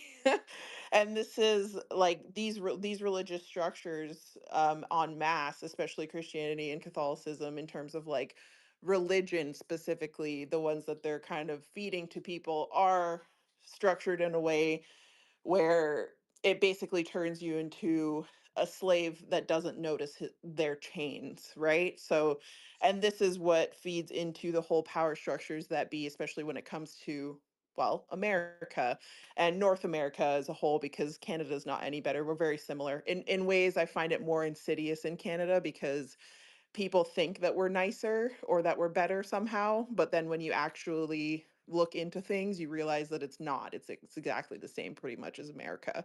Um, but yeah, so it's hard at first if you're somebody who just doesn't like have any exposure to these things. But I think if you're somebody who's also asking yourself the questions as to why a lot of these things are happening in the world today, it will bring you to the same place. So I always just encourage people to ask why.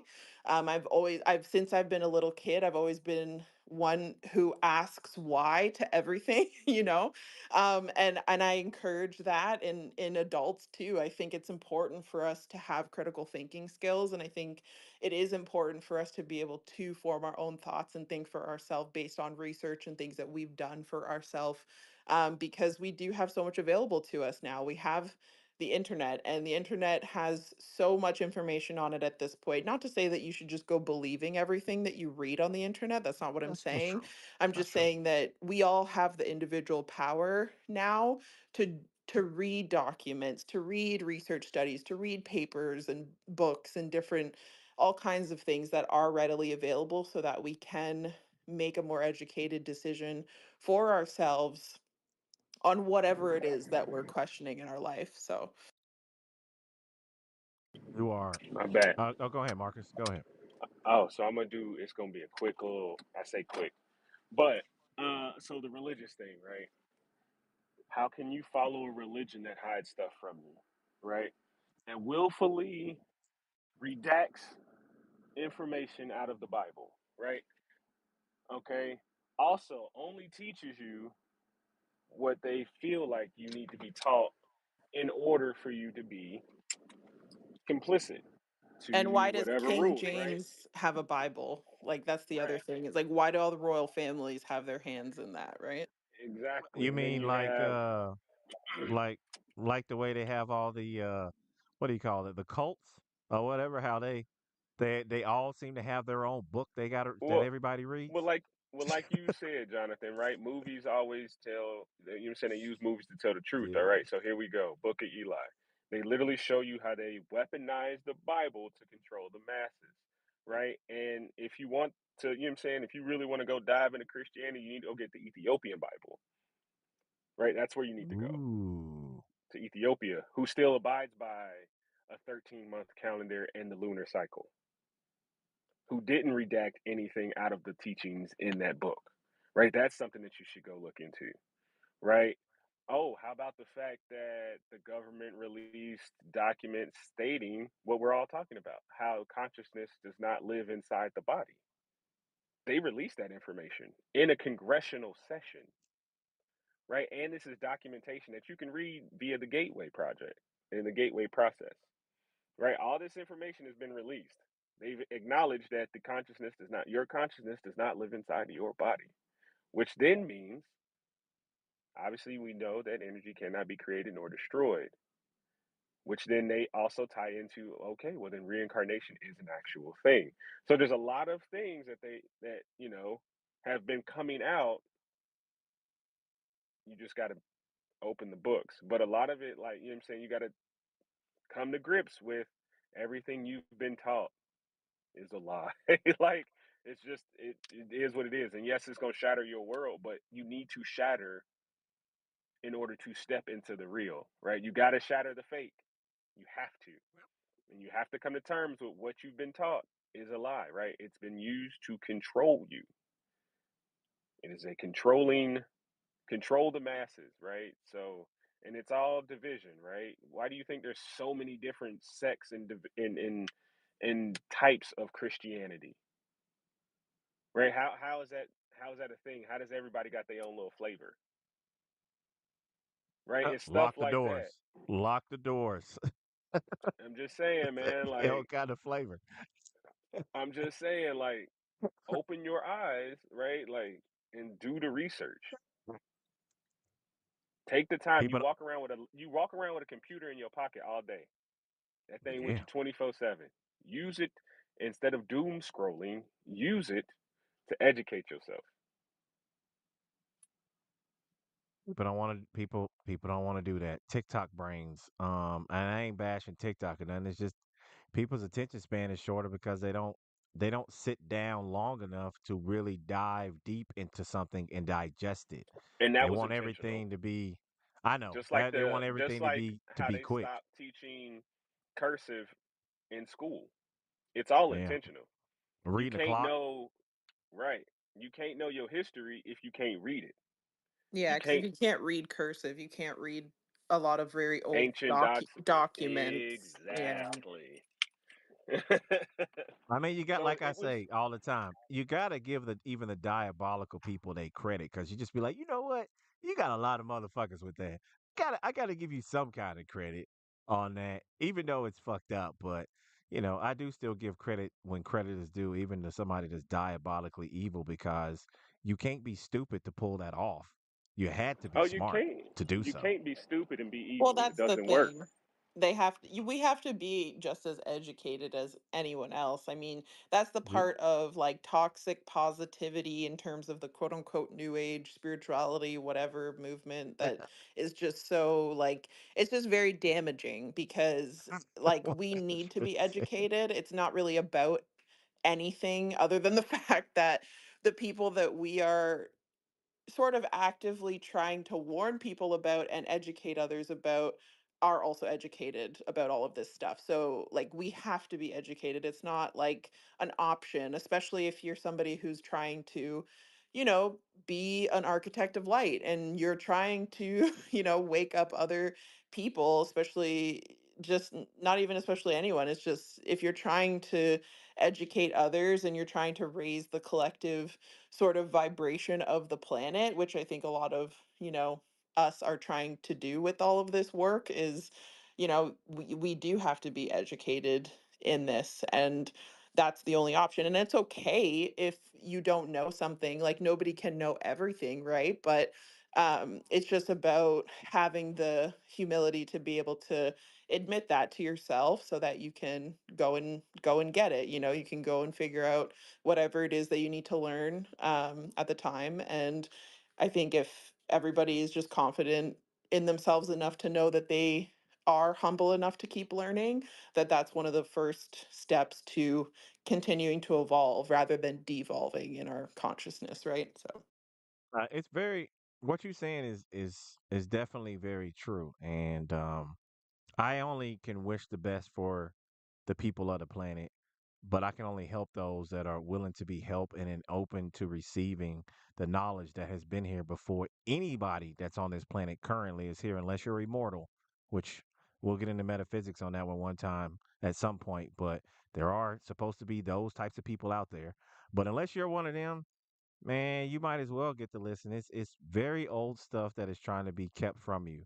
And for the fact that you can call somebody a demon or devil worshiper or whatever and know nothing about what their teachings are or what they're learning is a disservice to you and anyone else that actually could learn something that could actually change their life in a positive way. Especially when the fact that you go to an altar and eating the flesh and the blood of Christ, you're literally doing a ritual like I would do because I do rituals as well, but they're for cleansing. But you're doing the same ritual, which means you're giving over your power and your energy straight over to them in this ritual so that they can use it to keep doing the things that they do. You know what I mean? Like all that information that came out about the Vatican and all the children that's been, you know, had things done bad to them. They're collecting energy off of those people that are doing that. And the fact that you could still follow it is diabolically crazy to me in my own mind that you got ridiculous books of documents of these things and history documentaries movies based on real events, and you still are just like, oh well, this is cool, no, it's not, because that means you're a part of the problem. Like, you're a part of the hive mind. And like I tell people, if we're friends, I have a string linked to you. It's not anything benevolent or anything evil. It's just that the string keeps a connection to you. So if you are feeling bad, depressed, or anything, I'll hear you. I'll hear you calling out and I'll call you. Marcus, you know what I'm talking about. I'll message you. If you feeling down or depressed, and if my string is connected to you, I'll know. And I'll message you out of nowhere and want to have a conversation with you, or send very positive things to you because I can hear it. You know what I mean? It's good and bad. I guess that's the good thing. I'm wearing my Superman shirt today, or Superboy shirt. Trying to hear all the people and help the people. But it's a wonderful time we're in. The truth is out. There's no way you can run from it. And now is the time, with so much truth being given, is you finding out who actually cares about the truth and who just says it for a talking point. That's what I'm finding out right now. Mm. Yes, the veil has been lifted quite indeed. Uh, Yeah. but I think that that's probably going to be an ongoing process as well too, because there's just so many layers of things that have been just kept from like masses. And I think with part good reason, maybe like there's probably a small section of it where people were trying to protect others and True. people that didn't really, trying to protect people from doing things that they didn't understand before they're ready to learn, I guess, if that makes sense. But at the same time, I think with where we're at collectively, like as a species, we're just at this point where I feel like we just need to have the information readily available and everything else will kind of sort itself out because yeah, there's just a lot of sort of negativity obviously that we're seeing on mass due to a lot of different things, especially politically. But um, yeah, I think that if we can organize ourselves more locally in our own personal communities, um, that is the best thing that can make like a positive sort of a long-term change and effect moving forward. Just knowing what we can individually do to support our local communities, and this being one of those things. So yeah. Well, I'm gonna let you get back to it. I know we go off in these deep philosophical conversations, so I'm gonna let you keep doing your thing, Rex. Can't help it either way. Um, yeah, I mean, that was pretty much it, I would say, for those Okay. pages when it comes to like the core themes and everything that I was mentioning before. Um, I think that if people want to go further into this, then that's fine. They can reach out to me and I can also send them the same documents and stuff that we're kind of working off of. Um, but I will also say that I think it's important for people to just make sure that they have a good understanding of what this body of knowledge is really trying to highlight Mm. before going into it deeper. There's also like a couple of websites that have like prayers for safe passage and things like that listed, especially if you're starting to get into like the Maharic seals and using the Merkaba, like the light body, to do astral travel sort of things. Because you do need to be like heavily protected for that to be a safe thing for you to do, especially if you're new to it. Um, but yeah, like there's a lot of moving parts to all of this. I just wanted to start with the Indigo Children section of it because I feel like that is something that people have heard of as well. Like it's something that's been being talked about in a lot of these communities for a long time. So I figured it would be a good starting point, especially because it's more directed towards like knowledge and general education around the subject, especially like I was saying, for people that might have kids like this that have these abilities or might have them themselves or family members, just to kind of, yeah, try to target that area of reality, I guess. But yeah, it's a lot. So I wouldn't say like necessarily for anyone to just jump in entirely without them having some more background knowledge on all this stuff. But there's plenty of, you know, documentaries and podcasts and all kinds of things that you can kind of start listening to if you find that you are drawn to a lot of this stuff. One of the main teachers that I've listened to for many years now is Sivan Bomar.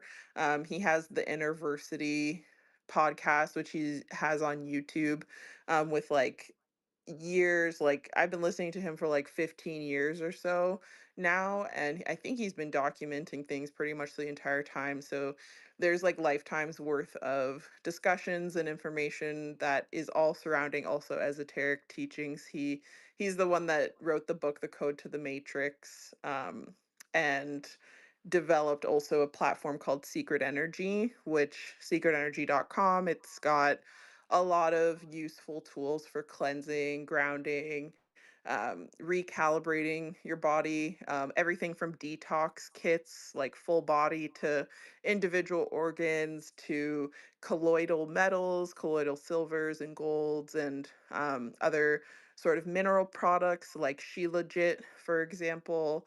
There's also the hydrogen adapters that they've patented and built to infuse your water with higher levels of hydrogen, which now studies are coming out to show that water that has higher content of hydrogen is actually much more um, useful for the body because it allows your body to absorb the water much more efficiently. Um, so I found that to be really, really cool that they even offer those like machines that are kind of smaller sizes. They're a little bit like on the go sizes. So they're designed so that you can take them with you anywhere, which is nice. But there's tons of stuff on there. Like he's developed coursework as well. There's tons of courses and stuff that he has available there for all kinds of different esoteric subjects. And then he's also built the Sybil AI machine, which it is basically an AI that has been trained on all the esoteric knowledge that he has had access to over the years. Um, so that's Sybil.ai, which I think is just a really, really fascinating and interesting um, type of AI bot that they've built there. And they've also developed the Dream Engine, which is the image part of the Sybil AI system, which is really cool for kind of developing images that look retro futuristic, if that makes sense. Um, so yeah, so there it's a really cool ecosystem. I do suggest that if people are interested in all of these types of subjects, that you check out his whole community. Um, and yeah, I mean that's pretty much it for me. I think that I went over all the kind of main points for those pages 26 to 33 of the Architects of Light workshop. Um, Again, I did develop a little guidebook for the workshop that is broken down into more simple terms for people that are not as familiar with these things, um, just as a whole. So if anybody's wanting that document, just send me a DM and I can send that to you. Um, and yeah, I mean, I think that's about it. I think on our during our next space, that should give us enough time to wrap up this specific workshop that was part of the or is part of the Keylontic Science database. This is a database that was entrusted to me like 6 or 7 years ago when a good friend of mine from school, like from high school, ended up becoming a sound healer. He now lives in Hawaii. He's lived there for like about 10 years now. And yeah, he's a nutritionist, a holistic nutritionist and a sound healer. And that's where I've developed these guidebooks from. I'm also currently working on some oracle cards as well too, some that are interwoven with the Keylontic teachings, and another one that's a dragon medicine based oracle deck. So yeah, I'm excited to finish a couple more things up and start to offer those out to people, as well as like readings specifically with the cards that I'm currently making. And then yeah, just different types of energy work through different like in-person workshops. And I'm also an artist, so obviously I'm gonna infuse most of my art with something that has to do with Keylontic Science, to sort of plant those seeds. So yeah, but this has been a great space, as always, and I appreciate you for hosting, Jonathan. I hope that everybody learned something that might have been new to them, or just like found this all interesting as I do. If not, that's okay too. But we're gonna still talk about it. So yeah. You want to know something funny? Right now I have exactly 33 people in the live right now as you speak about all this stuff. There's literally like exactly 33 people. Um, so that says something as well. But I'm so grateful to have this knowledge. I have, definitely more things to learn. And like I told you before, like I just really feel it's like my body of work to learn these things and to be able to um, do public speaking at that space that I was talking about to educate people on this stuff more and even just to open people's eyes. You know what I'm saying? To other things that they may not know nothing about because I didn't even know about this stuff. You know, I'm learning just like everybody else is learning. And if you've been watching me on here, especially on the lives, y'all literally have seen my face kind of like drift off where I'm like, oh shit, I just remember something else. Or I'm like putting two and two together of things that I, been sitting back in the back of my mind. So it's been great all the way around. I really appreciate it. It's gonna be hard to figure out what the hell am I gonna talk about next. That's the only thing about it. Once you put some dope shit out, you kind of keep putting, try to find ways to keep putting dope shit out. You know what I mean? No matter how many people show up or not, no one can say the information ain't out there because I've done spaces over all kinds of things that I feel people should know. And I only pick things to talk about as things that I either have experienced and done myself or things I would like to know. So I learn up about it and then try to hold a conversation with it. I wish that more people were in this space would come in to learn and talk about these things. But even though I may only have, it's five of us in here or six, including me. But I mean, I said that wrong. Five in here, but there's 35 on the live. So the message is getting out there one way or another. And it sucks that this is going to be, coming to a close because it's been really really fun. But, we got to keep growing. But I'll find some new topics to talk about. You know what I mean? But it's been great. It really has been great. And I've been enjoying it and I really want to give thanks to you, Rax, and gratitude for bringing to this to the forefront to me so I knew about it and want to do a space over it. You know what I'm saying? Because even you want to do a space over it, and then we just started talking, and here we are. It's a bi-weekly space, and now look at you, fucking DJing and shit, to putting your artwork out there, making tarot cards and creating workshops and workbooks and all that kind of stuff. I mean, you just flowing, and it's just so beautiful to see. If you can see my face, you'll see I'm smiling from ear to ear about it. I'm really fucking happy for people around me that are doing really well. You know what I'm saying? That are experiencing new things, new adventures, stepping past their fears, things unraveling for them. The fog is leaving and lifting, and they're able to see their path and run with it. And that's like, I don't know, that's like pure gold to me. So I just appreciate it. Mm-mm-mm.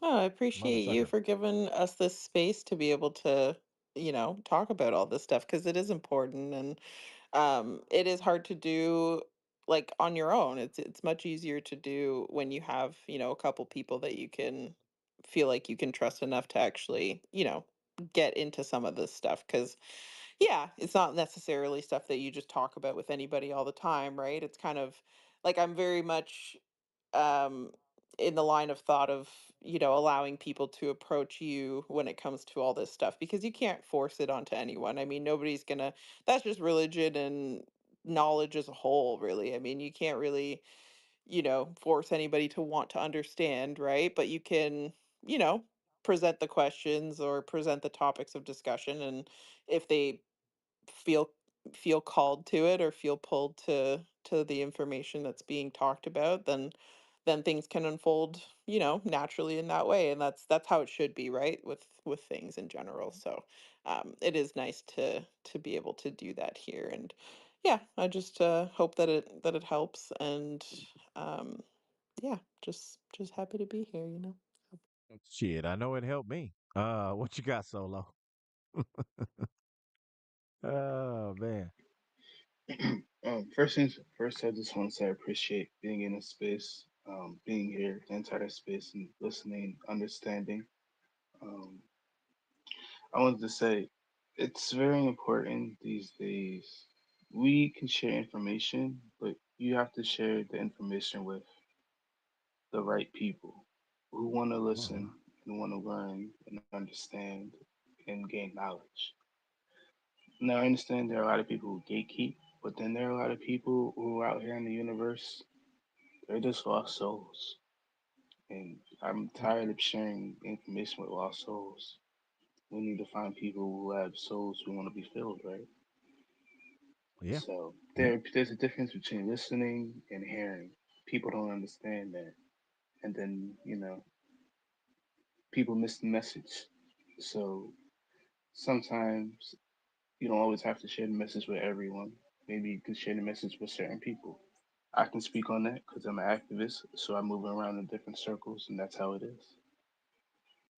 mm, you right. You 100% correct on that. Nobody's going to receive anything that they don't want to hear. I think the Japanese saying is, what is it? A full cup can never be filled. So it even goes back to what we've been talking about, even you, Marcus, of the things of the lies that you have been taught is what fills your cup. You must dump your cup out and any contents that's in it so that it could be refilled with the proper knowledge to help you, keep sipping on the dope knowledge of life is the way I can actually put that. But it is definitely a time for that. And we are definitely meeting people that are more like minded than meeting people that aren't. Like a lot of things that's going on with people that people are, getting in fights and arguments and all that. I'm not experiencing any of that anywhere I go. It is smooth sailing wherever I go. But granted, I do know how to cleanse myself. I know how to protect myself. I make sprays for myself specifically to protect myself. And I go out into the world. But like people tell me, they're like, I don't know what it is, but when you come in the room, it just feels like you come in with like 1,000 people. And at first, I would like jokingly laugh about it, but at this point, from what I've seen of seeing how many people are around me all the time, yeah, it is like 1,000 people. Totally makes sense. That's why you don't have to go around telling people, you know, I'm a super spiritual person or all that other bullshit that people like to say to try to get you in so they can sell you some shit. If you got it, you don't need to tell nobody you got it. They can feel it. They'll just be trying to figure out why do they feel a certain way when you step into the room and why do they feel so drawn to want to come over and talk to you and spill their guts about their life because they no matter if they know and are conscious enough to know that you shine with a bright light, they spirit know.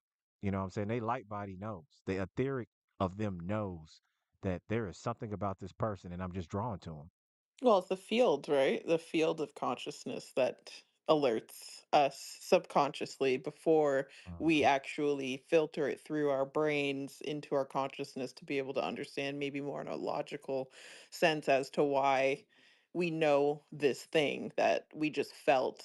And, it's the difference of people that cultivate that knowing versus not. And not to say that there's anything wrong if you haven't cultivated it. Maybe you were just in an environment or family or whatever that didn't nurture that and didn't support that. And that's why, again, like, I think it's important for us to talk about these things publicly as well too and have these open conversations around it because there are lots of people that I think have a lot more abilities than they realize, or there's things that could be affecting their lives in a positive or negative sense that they're just not sure why because they haven't been given the tools to understand how to do certain things. Right, but also that's a really valuable skill, by the way, Jonathan, to be able to create auric field sprays of like protection and cleansing and stuff, because yeah, you can make those attuned to an individual's birth chart and use the astrology to actually figure out what sort of minerals and essential oils and herbs and different things that would actually complement, or on the other side, not complement them, and things that they should stay away from or things that they should go towards and incorporate in their spiritual routines. So yeah, that's a really valuable skill to have as well too. So Well, then we got to talk on the well, we got to have a day where both of us are not busy and we can get on the phone and talk about this shit. Um, because those are the same things that you want to go into that you're working on is pretty much the same things. Not with like the tarot cards and that, but like really helping people and me really using the things that I've learned in many different ways of like regular products that people can use on themselves, but knowing that they smell good, but not only do they smell good, but they can also have help with protection and different things like that. Because people could say it's hoopla stuff, which that's fine, but I actually know it worked because I put the spray on when I was in Oklahoma to see how well it was going to work because I heard them my ancestors tell me you might want to spray yourself down before you talk to your baby mama. So I was like, okay. So I spray myself down. I get in the car, and she was so angry. Like her energy was just enraged. And at a certain point, my abilities they sharpened. It wasn't that when someone is trying to energetically trying to attack me, it used to just feel like pressure at me, right? But now that I'm more in tune and things are sharper, it feels actually like knives being thrown at me. But they don't actually hit me. They didn't hit me in the car. Like she was so angry because I was telling her that me and Kinsey, my daughter, was moving here to North Carolina, and she immediately lost it. But at that time, the energy off of her, it was stopped at the armrest, even though I'm sitting at the other side. And it literally felt like someone was taking a bunch of knives and throwing them at me. Marcus, it was the equivalent to um what is that? Kung Fu Hustle when the dudes playing the instruments was throwing knives at people. Oh yeah, he Th- was throwing the swords th- by playing the exactly. mandolin. Yeah, yeah. Exactly. That's what it feels like when someone I can feel energetically is coming at me, and it just would not go past the armrest. Like it was like the shield was out that far. And right then and there I'm like, "Oh, this shit really is working." But there's a there's there's a lot of tricks out there, man. Don't let nobody tell you making so-called potions or nothing for yourself positively is some witchy thing. It's just not, man. Herbs and stuff are put on this earth for a reason. Yeah. Crystals are put on this earth You for a do reason. spell work every Hmm. time you cook.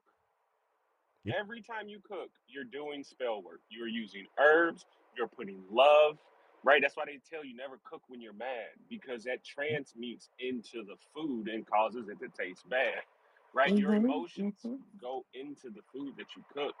It's also why I love cooking, but also why I'm very cognizant and I don't cook when I'm upset, right? Unless I'm using it to get myself out of a mood, and then I don't eat that food, right? That food goes in the trash. Hmm.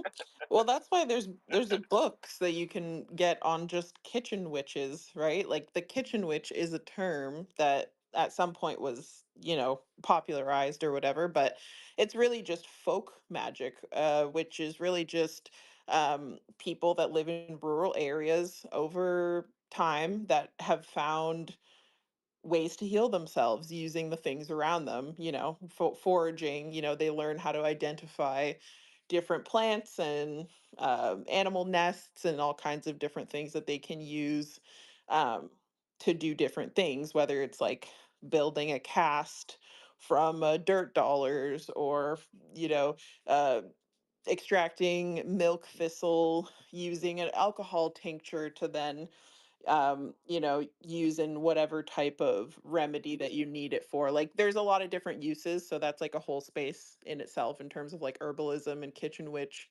folk medicine. But that's also something that's like it goes back very far because that's even like an indigenous practice that's derived from, just natural human evolution. Like it's actually our birthright. It's actually something that we should all know about. But again, like, because we're sort of indoctrinated to these different types of systems that deter us from understanding holistic medicine, because that's really at the root of it what it actually is, if we want to use like a popularized sort of PC term for it. That's pretty much like what that is. So everybody that goes to the naturopaths and all the rich people, that's what they do. They have naturopathic doctors, they have holistic healthcare providers, traditional Chinese medicine doctors, TCM. All of this stuff is interrelated, and it all kind of derives from very similar, if not the same place. So yeah.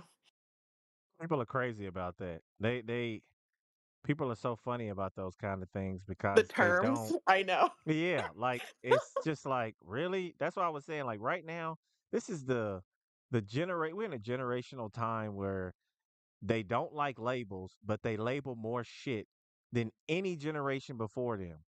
And then if you call them out on it, oh no, no, it's just just think it's like man, shut your ass up. Like stop labeling. Everything don't need a label. Okay, we're not in the kitchen. If you're in the kitchen, you do want to know what is poison and what is smelling salts. So you may you may want to know that in certain things, but you don't have to label everything. And a lot of labels that they put on things nowadays don't even go isn't even the correct term that should be used with it. It's just something somebody came up with. It's just dumb. Or they're using the term for one thing that actually means something else. It's like, so you trying to tell me you act like they're in a dictionary? There ain't like that's not what that word is used for. And you talk to anybody with age on them, they gonna look at you retarded because you using a word that don't go with what you talking about. Like it's crazy to me because I was just talking about this in the space yesterday. Spells, man. When you speak, when you write. So you what happens if you try to do a very powerful spell and you don't have the wording right? You have really fucked up because there ain't no telling what you just did. So words are important. Labeling things correctly is important. And it's just, I don't know. It bothers me with how like mainstream, money grab that people are about spirituality. No, I know. And it's I it's know. very irritating, especially too because they are of the lighter hue at times and they making the most money off of it. When before Oh, don't it get me was it started was on that. you know That's what I'm yeah. saying? When before it was like, oh, that's some witchy stuff and all that. It's like now you all making money off of it. You don't know how to properly use it, and there you go. So now you've Go to educated the people on BS. If you go to the reiki.ca like page, there's this website. It's either reiki.ca or .com, but it's like the Reiki website. And I remember I was looking on there not too long ago because I was trying to find a new practitioner to get an alignment done. And I scrolled through, like, I don't even know, probably over 100 registrants that have their information listed on the website, because I guess you can pay to have your information put up there as like an official sort of, or not official, but somebody who's completed certain levels of Reiki mastery, and then have your information there so people can contact you for sessions and stuff like that. But when I was scrolling through the whole registry, um, about probably I want to say like 90% of the people that were registered and listed on that website were all like white people. And not to say that they can't do Reiki. That's there's European folk medicine that is really where a lot of that will kind of derive from in terms of like lineages and stuff. But there's also a lot of other types. And in terms of like indigenous medicine practice, like that, like there should be more indigenous people on there, which I didn't understand initially when I started looking through like why that was. I'm like, oh, so it's permeated this area too. But I did find a couple of practitioners that were like of different heritage. And one of them, I think I mentioned before, who she happened to be trained in the Sekhmet Reiki, which is a little bit different than the Usui Japanese teachings. So yeah, I think that it's just sometimes they make you look a little bit harder for the people that will probably make a little bit more sense for you to be connecting with. But there's, it's annoying, but it's something that you just have to kind of Hold do, up. What you trying to say, Rax? You trying to say you got to dig through the shit to get to the lotus?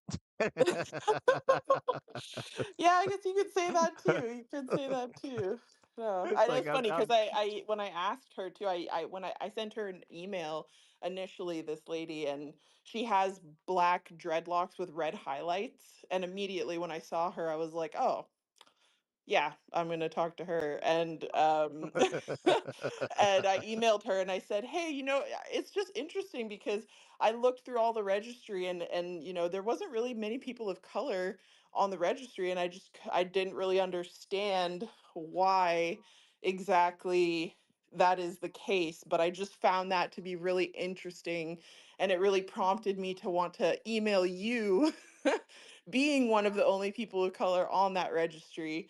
And yeah, it turns out she works out of the African Community Center downtown Toronto here. And she is definitely very established in her career. So definitely happy to have connect with her. And yeah, so. That's dope as hell, man. That's the type of things that I'm talking about. It's it's it's crazy because if y'all go back to I forgot how many spaces back it was. I had a whole space over chakras and do you know your chakras? I believe is the title that I had. But I found this guy who had been learning, excuse me, who had been studying script for like 20 or 30 years. Like he was a scholar at it. And his whole breakdown was that any um European, because he was talking about America too. European studies of yogis, it was all wrong. And I'm like, hold up, let me hold up. I ain't never heard nobody say no shit like that before. Let me dive into that. So we dived in it on the space, and he literally broke it down to the fact that the whole like the mantra sounds, the chants that you make, he's like, those aren't even the correct sounds. He was like, that's not the correct sounds at all. He was like, so the sounds that they think that they've been teaching people all this time have been completely wrong. So at the end of the day, you wondering, hold up, are you passing out placebos to people because this is not information you know? But this dude is a scholar at reading Sanskrit, so he knows what he's talking about and what he's reading. And he also was saying that the certain, not only with your chakras is it that you need to use the right chant frequency sound for it, but you also can use them interchangeably with other chakras. Like he was saying, like he's like, how many yogis that you know have really good relationships with people? And I'm thinking to myself, I don't know any yogis, but I ain't never heard that before. But he was like, well, the reason why I would feel that they don't is because the chant that they use for the heart is actually the chant for wind because they don't have the sound right of the chant. And he was like, if you have a chant and you're embodying wind into your heart, then that would mean anybody that you meet will fleet away from you and you won't really care about. He's like, so really what you need to be chanting is find this chant that is for earth, and you chant earth while you focus on your heart chakra so that it would be grounded, so that you would cultivate and hold on to good relationships. I was like, damn, I never thought about that. But he really broke it down. Even those shapes that you see that's like kind of woven into the chakra system that you see, like it looks like a triangle and all those different things. All those different things are actually elements.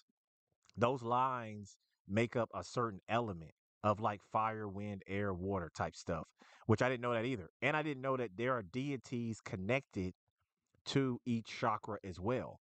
Like there is a whole thing, and I think I did like a, I don't know, it might have been like a 2 or 3 hour space I did over that because I just found it so fascinating that I just randomly was looking up stuff over chakras and found this dude that really was digging in on this stuff, and I'm like, dang, that really says a lot though about, I hate to say it, people of other hues and stuff taking over things that, like we said before, they don't understand.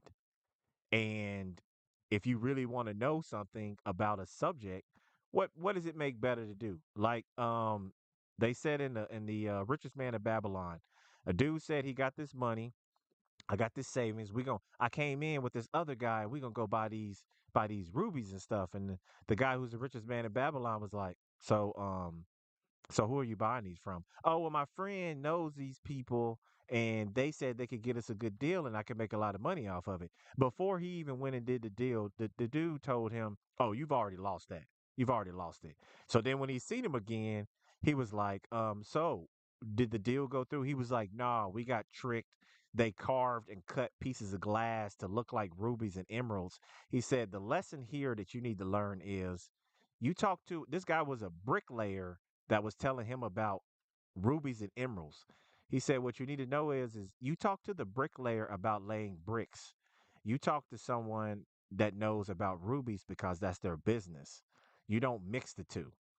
And to me, that reminds me of the same thing. You jumping on a bandwagon for whatever reason, maybe it's helping your life, and maybe you're just thinking about money instead of finding out where it comes from and finding someone who has a long history of knowledge about it. Because that dude blew me out the water. You know what I'm saying? With his knowledge, but he knows how to read Sanskrit, and all that yoga teachings are written in Sanskrit. So if you can't read the language of what the old esoteric knowledge is written in, then how are you ever going to properly learn it or teach it to anybody else? So that those types of things have been very eye opening, but people do it for a money grab, man, and it's sad because you lead people astray. People that could be helped and have their get into their shadow work and be knocking things off of their lineage. Now you've added shit on top of stuff that they haven't even dealt with yet. That you have to go back in when they go to the right people to clear off the crap that they were teaching them, and then let's go to the bottom shelf and clear out the crap that you was taught when you were raised. So it's like you doubling someone's one work for their ascension, or them, awakening to their true purpose. And I think that's very devastating because the people that are really out there doing the work, they don't get any light shine on them, and they're the ones really bringing knowledge to the people, which is most important, right? That's what we're doing this for. That's all I'm saying. Yeah, and I also would like to give a shout out to the Earth Star Academy and an old friend of mine, Z, who runs that over there. I'll drop a link in the comments to her YouTube channel, but it does have a lot of just free meditations, guided meditations, and then just kind of discussions, podcast style, some just her sort of speaking to the audience, and then some that are kind of discussions with other people in the community about different topics and subjects related to everything that we're talking about. So her whole sort of curriculum that she's developed has also been developed off of her lived experience, and then this Keylontic Science database as well. And she's been doing that for many years now, and has an amazing story. She's also written a book about her life as well too, and her firsthand sort of experience with everything. Um, but yeah, no, I think it's also important for everyone to remember that nobody can save you but you. So all of these things, we learn about esoteric things to gain better knowledge of ourselves, right? That's what I think a lot of the intention is with a lot of this knowledge, is to give people the tools essentially to then use them for themselves. It's not that, you know, we're trying to sell you on something so that you then go purchase a service or this or that. It's more that, we give you the information so that you can do the exploration on yourself if there are certain questions that you feel are being answered essentially, through some of this information, which is often what ends up happening, right? So yeah, it's just important to remember that it's up to each one of us to reclaim our power and to apply whatever knowledge that you're seeking to your own life. And nobody can really tell you how to do that, or you know give you the instructions for that. It's really something you have to do within yourself, and that's like what you said earlier, the only way out is through, or what I like to say is the only way out is in, going within. So, knowledge of self is definitely going to be probably the most valuable thing that you can have when you're going through those points in your journey of life, really. Um, so yeah, so I'll say I'm a big believer in decoding yourself, right? I like to say you need to decode yourself to understand yourself, right? Because at the end of the day, and that just not spiritually, right? That's also like physically, right? What you Yeah. ingest, what you eat. You need to eat for you, not for the standard, right? That 3 square meals a day, you need this amount of grains and this amount of all that is a cookie cutter based off of some generic person, right? You need to listen to your body, figure out what micro and macronutrients you need, what vitamins and minerals that you need, right? Hmm. You need to figure those things out as well because that will also help in your spirituality. You know what I'm saying? It's one mind, one body, one heart. You know what I'm saying? You are one. You are part of the one. You know what I'm saying? So like listen to your body as well. That's another big thing is like decoding your body because like we use it in so many different ways, right? I use it when we're talking about cannabis, right? You have to successfully use the entourage effect. You have to know what your desired effect is, what you're looking for. What are you trying to achieve? You know what I'm saying? Are we trying to get more sleep, eat? You know what I'm saying? Depression, like what are we doing? Like that is the thing. So um I'm big on the decoding. yeah, Look like that you is big on definitely clickers too. important. Yeah. Hey, look, I use my turn signals. Thank you. We all appreciate you that do that because I hate people that don't. I be cussing my ass off. The only time you hear me get Oh, angry me is when too. I drive. That's it. I'm sorry. I can't Oh, control it. I can't. You know what? I get that's it from. funny. I got it from my mom watching her, which my daughter is probably gonna get it from me because now she be cussing people out too. Like, what are you doing, stupid? I'm on the passenger side. And I know you ain't supposed to do that. I'm like, well, I guess I just pass it along. It's just that it bothers me. You know what I'm saying? It bothers me. Now, when I get out of the car, I turn back into the regular person. But if I'm behind the wheel and you doing stupid shit, yeah, it's gonna be a problem. And I'm gonna look at you while I talk shit to you. I'm not one of them people that want to look away. I'm gonna look right at you and say you're a dumbass. That's just what I am. Hey, I'm duality, man. You can't have the Joker in me and the Mad Hatter and think that they don't come out to play occasionally. If I don't, then they might come out when I don't need them to. So you Bingo. gotta Well, have it's both That's how love sides. and you. light, and I'll love and light your house on fire if you fuck with me, type There shit. you go. So Love, I love didn't know and she light was your gonna that's house go why on fire. boundaries all the are way with that. important. Okay, I like that. She said, "Love Love and and light, and light. I'll light your Now, house on fire." love to light your house on fire. You keep playing. Put that shit on a shirt and put that little That girl definitely on needs to there be that on the for shirt. that meme where she smiles at you while the house is burning down. That's perfect, and put that right across the top of it. There you go, Rax. That's some shirts you it's can sell like out. it's like that movie with what's her name, Kate something. She was married to Tom Cruise, Miss Meadows. That movie, Miss Meadows. I think we talked about it before. It's like that. It's like Mm, that's why boundaries are important though as well. We need to have strong boundaries, especially as sensitive beings. So yeah. Facts. Big facts. Yeah, I'm a big believer in everyone be like, "Oh, don't wait to sleep in beast." I'm like, "Nah, man, you're not asleep. We're actually friends. We've came to terms with one another."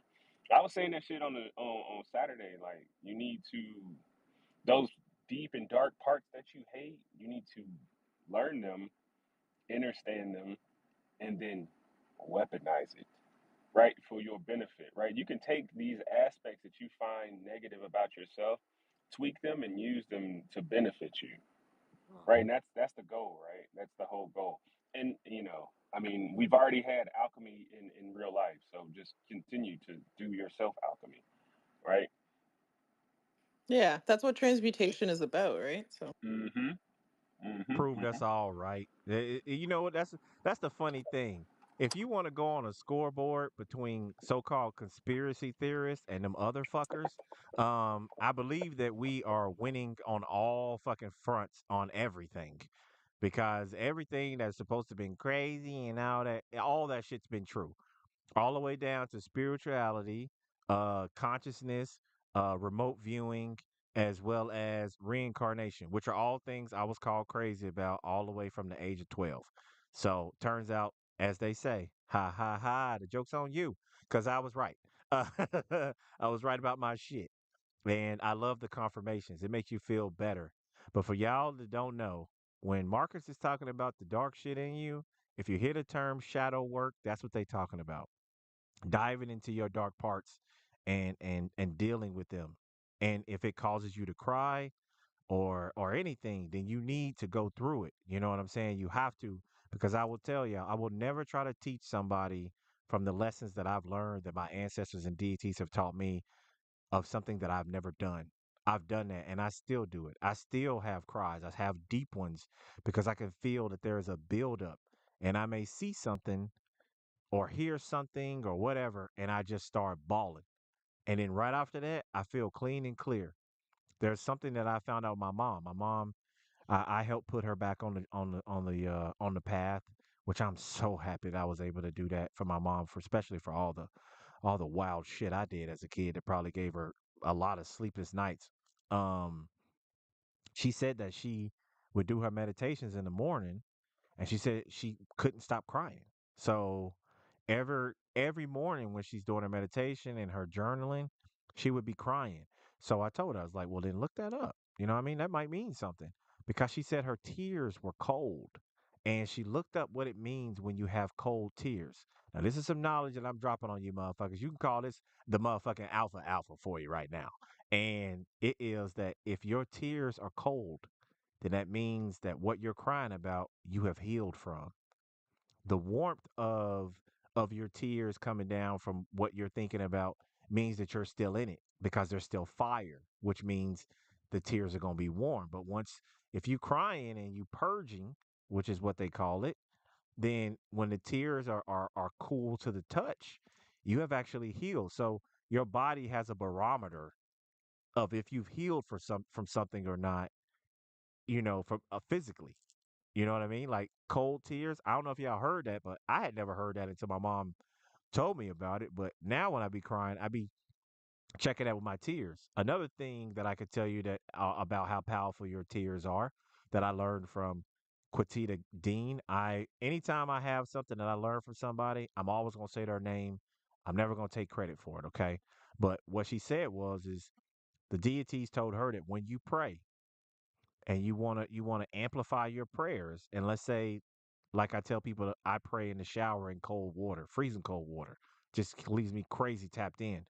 Well, their tears can be used as blessings. So as you're crying and you're done with your crying, you can wipe the tears on your hands.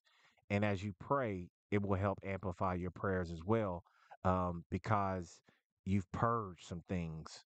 And you can actually still use that energy, like Rack's saying, transmutation.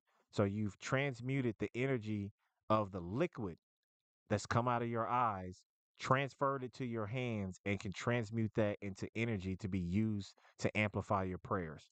So, yet again, still revolves around water. It's just not running all over your body, it's just in your hands. So, I mean, we got to be like water.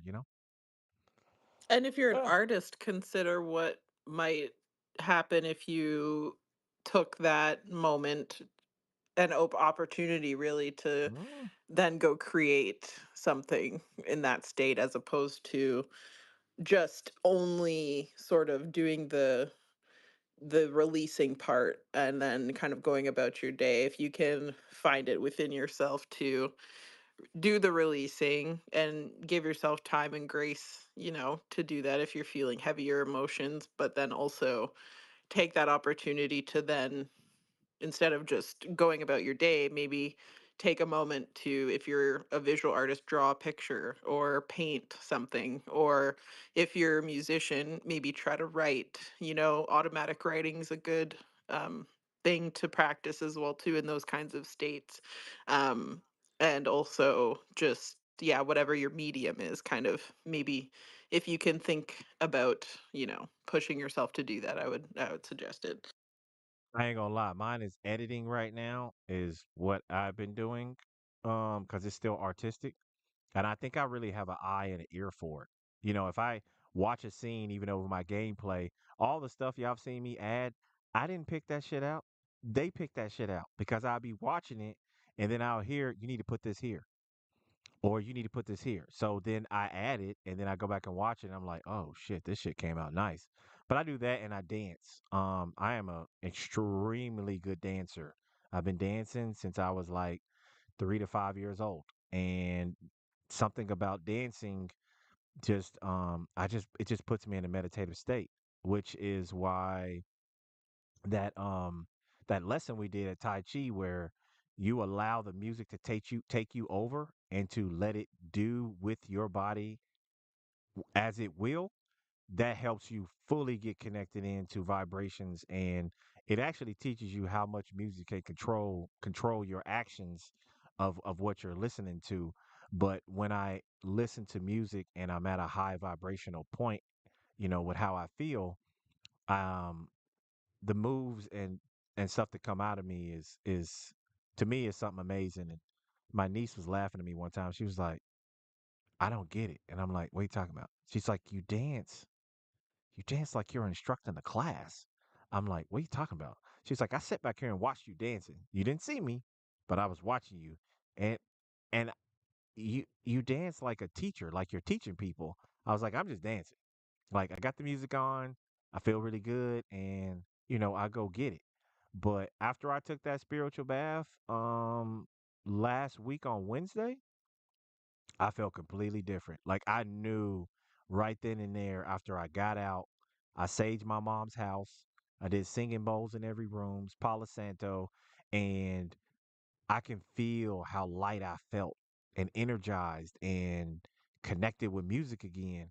So, cleaning your auric field, taking spiritual baths, yeah, Rax is not playing. It is needed, and you'll know that you really need it because you have brain. Here's the symptoms: brain fog, irritability, the ability to not be able to settle. You know what I'm saying? You always got that little jittery, got to be doing something. It even affects Restless, yeah. yeah, affects your sleep. Like all those things play a part to let you know that you are carrying around an energy that you need to get rid of.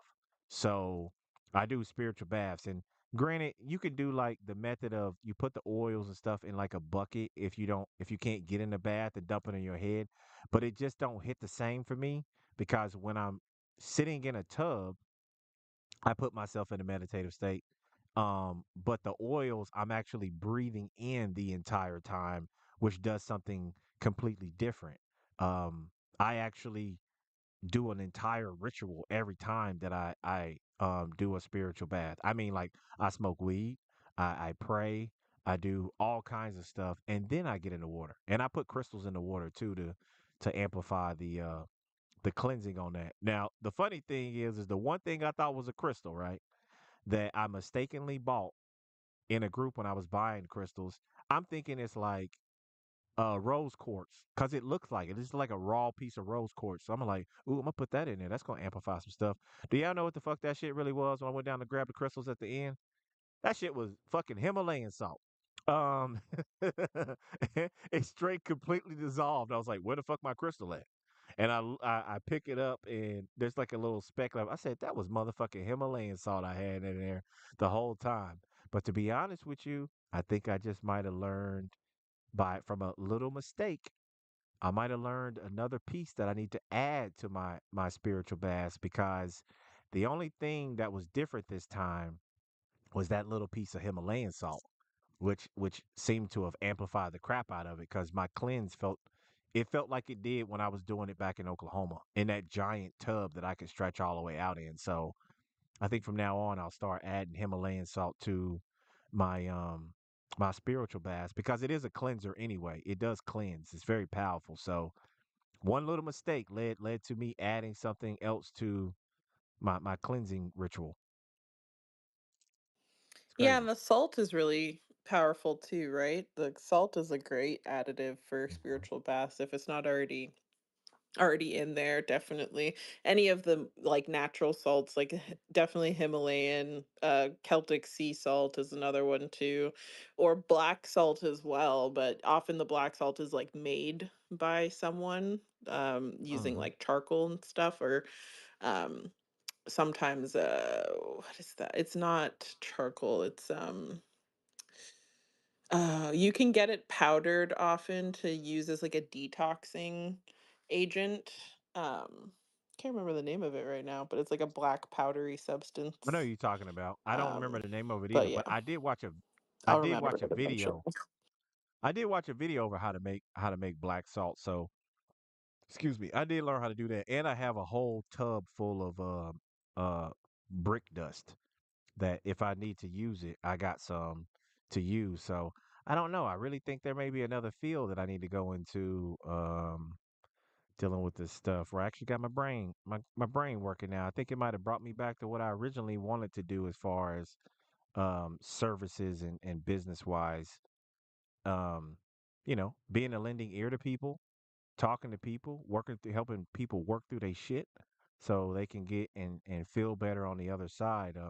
I've always done it and I just never actually turned it into a business along with all the other things that I do for people cuz I'm really good with my hands. Like the energy that comes off my hands is literally like a radiator.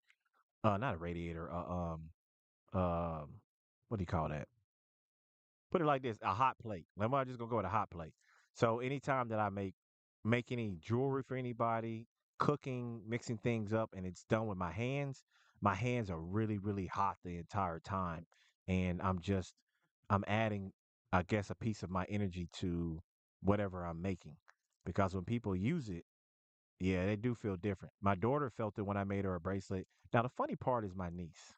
My niece put on a bracelet I made her and she's like, "Oh my god, it's so hot. It just feels like it's just burning my arm." And I'm like, "Really?" She's like, "Yeah, it just feels like something really hot fire is on my arm." I'm like, "Damn." So, I took it back and I just never gave it back to her cuz I don't know if she's super sensitive or what's going on, but I don't want her to feel like she's carrying like a hot bracelet around the whole time, you know? Spiritually burning her and everything. I mean, uh, it shouldn't burn if she's like aligned or whatever. So that's she's probably not. fine. She's not. She's not. She's not. My niece. How we talk about reincarnation and stuff. My niece, I know for a fact, is the reincarnation of my grandma who's upstairs right now. Because time, Mm-hmm. was invented by man. So you can literally be in two places at the same time. And they walk the same, they make the same comments, they chew the same. Like I told him, I was like, she is the reincarnation of grandma. And every day she just proves my point more and more. Because that's exactly how she is. So yeah, I didn't put it back on her. I don't think she's really into those kinds of things. She's more in the Mm-hmm. now, but her being a young kid, she's into like, TikTok, gossip, the Mm-hmm. show Baddies, those kind of things. And I Okay, just I don't know what that is, and I probably don't want to it's know. all negative shit. It's all negative shit. None of No, it's it's a, positive. yeah, no, it's okay. I mean, if she's young, I mean, hopefully, she'll get to a point where she'll start to ask some more questions about certain things. So, but like everyone has to learn for themselves most often, right? I mean, most often people don't really just listen to you and you tell them, "Hey, maybe don't do that because it'll affect you negatively in this way or that way." If they can't like see it directly for themselves first, it's the whole stove is hot theory, right? Like, don't touch the stove. The stove is hot. We told you not to touch it since you were a kid. Don't touch the stove. It's hot. But what does the kid do when you leave the room, Oh, they right? touching that stove now. They touch So, that guaranteed. like, but then it's like, okay, but then they touch the stove, it's hot. and then they remember and they say, "Oh, okay, yes, mom, dad, they told me the stove is hot. I touched it. I burnt myself. Now I'm going to remember that the stove is hot and I'm not going to touch it anymore." But often it does take that firsthand experience of, doing the thing that we shouldn't do to then remember why we don't do the thing, right? So, I've done a lot of those. Do the thing you weren't supposed to do, and then now you know not to do it. To be honest with you, I just do it again and do it in a different way, thinking that I might get away with it. Because that's why I got whoopings every day from, I believe I was like 3 or 4 till I was 15, and I mean literally pretty much every day, because my mom always knew I did something, and it's not because I would say wasn't a bad kid, but what I was doing was I was always trying to go at something a different way to see if I can get away with it. But let me tell y'all right now, my mom is a psychic, okay? Like she is. Like I've said before, she knew what we looked like before we were born, and she already knew what our names were, and we weren't even born yet. This is before even my older sister was born. So me thinking I was gonna get away with something is fucking stupid. But I didn't know she was a psychic, and I don't think she did at the time either. But she always knew what I did. Like verbatim, she knew exactly what it was. Even if the teachers didn't catch me and I got away with the situation clean, she always knew I did something, so I got a whooping every day. Whether I got in trouble outside of the house for what I did or not, she knew I did, and she was right every single freaking time, which used to drive me crazy. But now it drives my daughter crazy, or it used to. And it used to drive my daughter's mom crazy too, because she would try to be sneaky about stuff. And then I would tell her verbatim of what happened, what she did, and all that. And it always used to drive her crazy. I said, when the hell are you going to learn that you can't pull tricks around me? Like, I know exactly what you're doing. At the age that we are now, me being 42 and her being 41, she finally understands that you should just be honest with me and not try to be sneaky, because I'm gonna know. They gonna tell me. You know what I'm saying? I'm tapped in enough. They gonna tell me, and it's gonna be a problem. So just be honest, man. You never know what somebody's lineage is, what abilities they're carrying. So you treat people accordingly. Just treat people in a respectful, nice way, and you won't have to worry about it. Because some people are so protected that if you do them wrong, your whole life will crumble, and you won't even know why. And it's because there are deities and ancestors that are protecting people, that when they see they people doing wrong, when they know that the person that they're backing on the other side is doing the best they can and the most righteous act for this family and for the bloodline, oh, they gonna come with you with fire and brimstone, like for real. And it's not gonna be pretty. You're not gonna know where the hits are coming from. And it's when it comes to war like that, it's an open playing field. That doesn't mean that your kids don't get touched too. Everybody around you can get touched. So you treat people accordingly. If you treat people the right way, you don't have to worry about that kind of stuff. You know what I mean? Um, I have many stories of people doing trying to do things to me behind my back. For one, I know exactly what they did, and for two, their whole world crumbles. So that's why I say just be good people.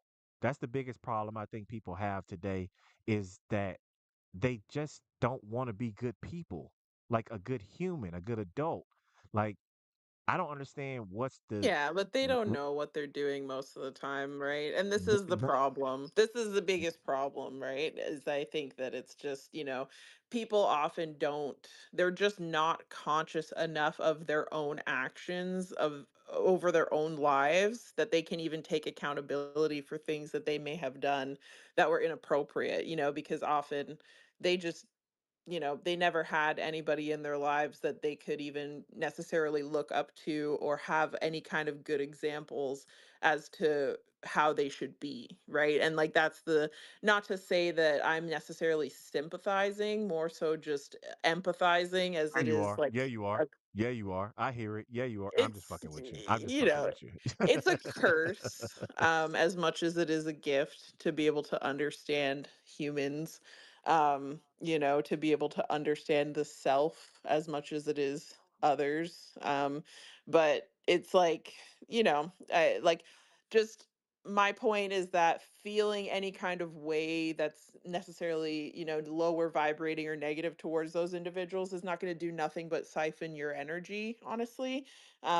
So the best things that we can do is just to protect our own energy and be fully conscious and aware of, those boundaries and things that are very necessary for individuals that are a little more sensitive or aware to have to be able to live a more peaceful life, essentially, because um yeah, you will have a certain level of sort of animosity or turmoil that can arise from just having open conversations like this in different environments and stuff where you don't really know the intentions of everyone around you. But I mean, well, they can think that, but ultimately, it's just more important for you to be aware of yourself than having to necessarily worry about everybody else all the time, because that doesn't really work. But you do get Mm, you do get sort of like directions around certain people. Like there'll be certain things that, I'll hear or something will tell me to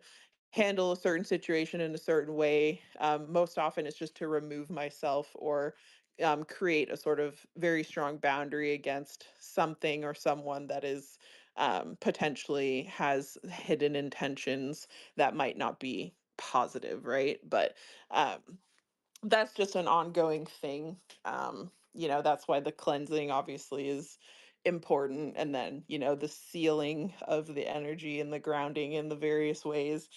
Um, because, yeah, I mean, people will be possessed by things and not even know that they're possessed. And that's the thing. That's like, the biggest trick that the devil ever did was make people think that he didn't exist, right? We talked about that earlier. So, that's a very common thing in this day and age, especially because, of course, we have giant groups of people running around, especially in North America, that running around with God complexes and egos bigger than four people's bodies put together. That they are playing God, really. And at the end of the day, that's just never going to end up very well for anybody involved. So, um, yeah, that's why our boundaries are important to stand by and be firm in them. You're So, right.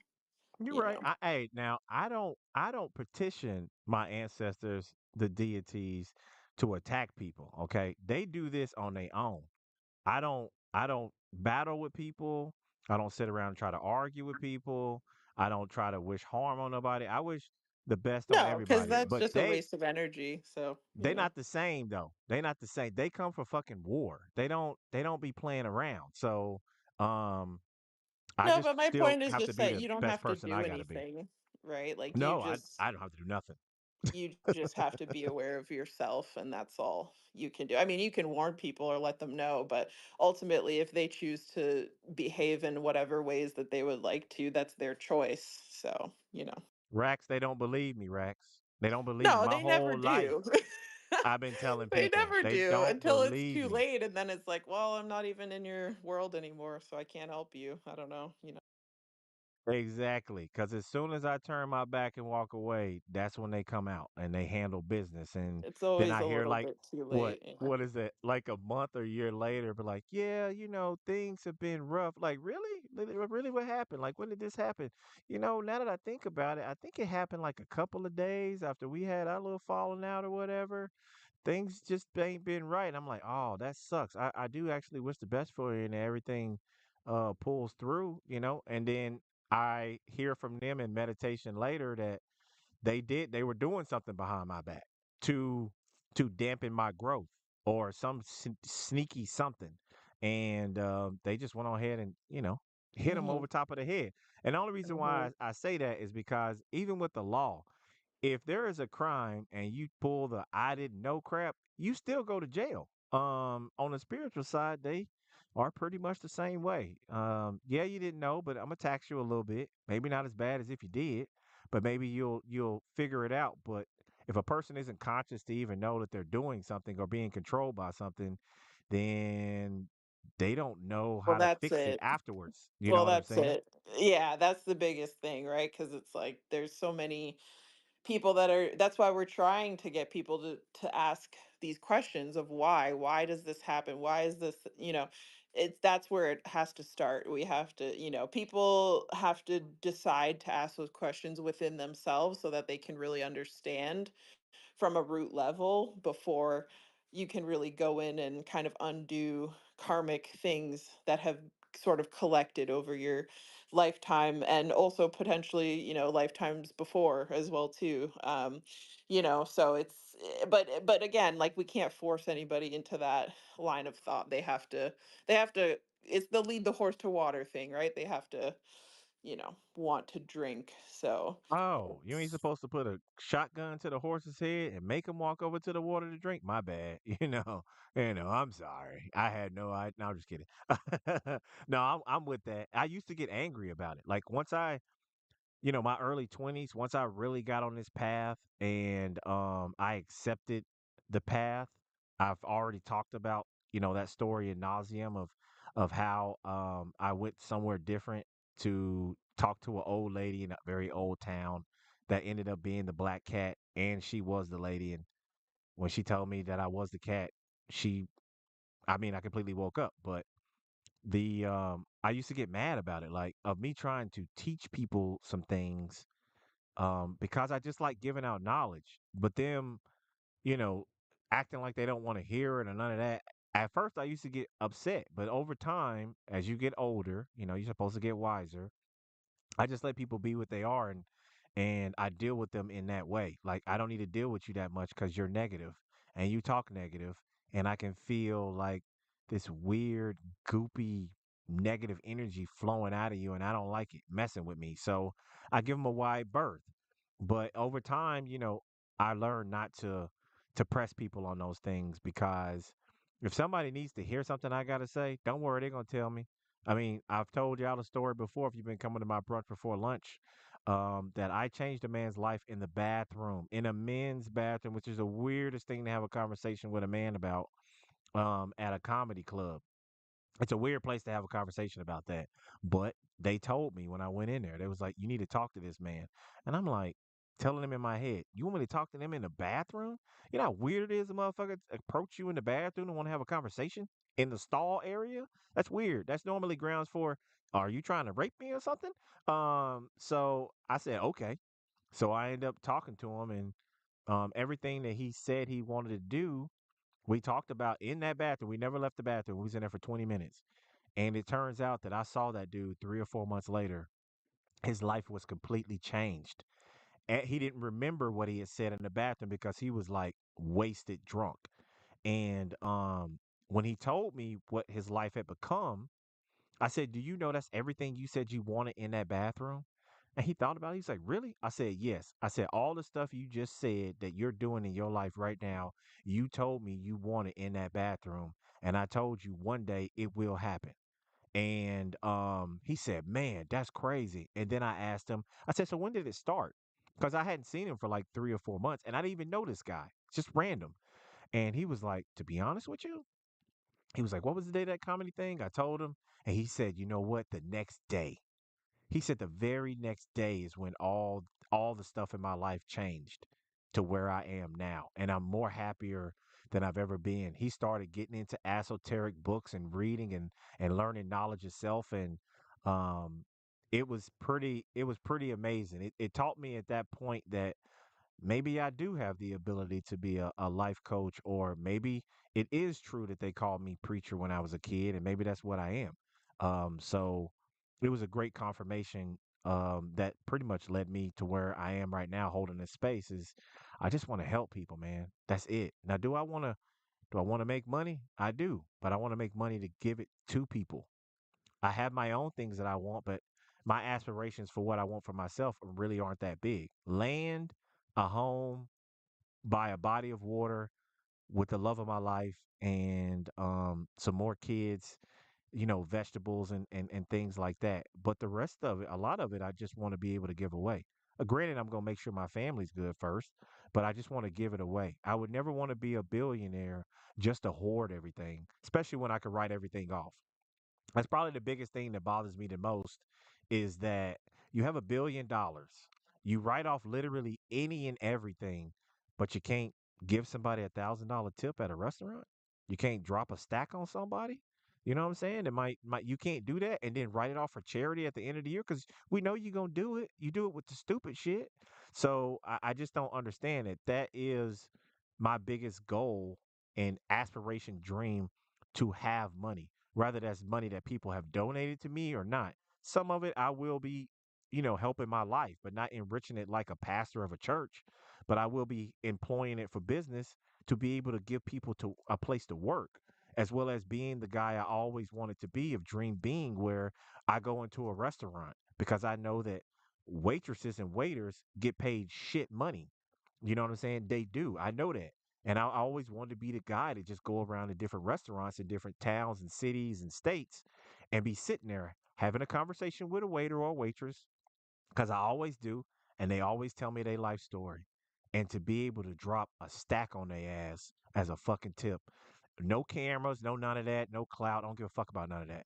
But to be able to drop a stack on somebody and like literally change their life right then and there, because they may have dreams and aspirations that they doing that job is like, I'm gonna do this for a little bit, make me a little bit of money, and then I'm gonna move on. And then 5 years later, they still there. And they don't have means or ways to actually be able to get the money together to go live their career or their life that they want to build. I would love to be the person to be able to help people with that. And if that means that I have to have donations to do so, that I will. You know what I'm saying? Either way, running businesses, nonprofit charity, whatever. Whatever is gonna get me there positively to be able to help people in that kind of way, I want to do. And that's always been the goal. I've always had a plan for my family. I've always watched and studied them to know what their great attributes are that could be used in a business term for a family business. I know all these things. I don't talk about a lot of this stuff to family and different things, but I'm always taking tally marks. I know over time if I could trust you, if somebody I want you to work with me or us to build a business together. I've been watching you for years. That's what I tell people about their children. You are the scientist. Your child is the experiment. You have to always, give a hypothesis about things, but you're supposed to be studying them. It's not studying them so you can manipulate them. And if you are, it should be in a positive way, but it's studying them to know and to be able to use your intuition to know when they're at their lowest, or when something's about to come up and knock them off they pivot.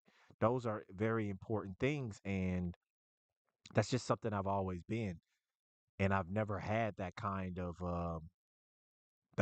money to be able to do those kind of things for people. So my greatest gift that I've been giving people probably since I was like 12 years old is word of mouth. I mean, not word of mouth, but like words, knowledge, insight. Those are just things that I see. I can sit and talk to somebody and they can tell me their problems, they can tell me what's going on with their life, and I can find all the holes and all the things that you can correct that you may not be seeing.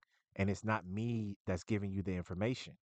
It's the deities and my ancestors giving me the information in my head because they see it and then I'm spitting it out to you. That's what I pray to them for, is to be a vessel to help people every day. To free as many minds as I can before I pass is always the goal and will always be the goal. But I'm definitely trying to get paid along the way. I ain't gonna lie. I'm not gonna be one of the people that's gonna lie about it. But I do want to give a lot of it away and to be able to, help my family. I'm the only boy with four sisters. So it to me in my brain, I'm supposed to be a leader. I'm supposed to be on top. I'm supposed to have businesses. I'm supposed to be helping people because what other man in my bloodline is going to be doing it other than me? So, you know, we're going to keep rocking. I had a little I was on my soapbox right there. Oh man. But Rax, you got anything you want to say, or you feel that you want to wrap this up? Uh-oh. I think she might have wrapped it up already. Where she done went off to? Um, that's okay. I will say we are going to be wrapping it up before too long. This has been a great freaking space. This has been, yep, I think something's up with her phone. this has been a great space. You know what I mean? Brunch before lunch for the new people that came in here. I started this because I've never had a bad brunch, and I wanted to bring some light and positive energy to people's Mondays because some people, a lot of people hate Mondays, and when it's about like 11 o'clock and you're going through your lunch and stuff, you be ready to fucking go home. You be just ready to go home or crash out. So I started this space to talk about spirituality, occult knowledge, esoteric information, to help people be more conscious about things, but also to help people through their day as like great background listening music. I mean, no, not noise, but conversations to kind of help you even subconsciously without you even knowing that it's helping you. So that's why I started this space. And like I said, in a couple months we'll be coming up on a year. This is just it's just been great to evolve with people. My circle isn't huge at the moment, but one day it will be. My circle will be more global than I probably could ever imagine. But right now, I'm just putting in my paces, learning things, and talking to people. And it's really been a fun experience. So thank you for everybody that's in here. Thank you for the new people that come. I give gratitude to all of y'all. I give gratitude to the 37 people watching me on my live.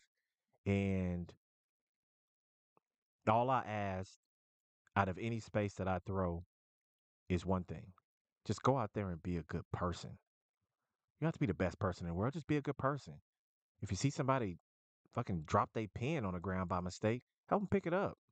You know what I'm saying? You don't need to do a whole bunch of craziness. One little good deed does a lot more for the person you're doing it for than it does for you. And I wish more people would get back to that. You know what I'm saying? Like, yeah, we open doors for people, but a lot of people are rude. Like you open the door, they won't say thank you. They look at you like you supposed to. And then really you thinking like, part of my language, bitch, you think I'm a bellhop? Like, if I was, where my tip at? And it's just like all you gotta say is like thank you. And just be a good person. So at the end of the day, that's all I ask is for more people to be good people so that that good positive energy can pass on to somebody else. And you never know what a good deed could do to change someone's life.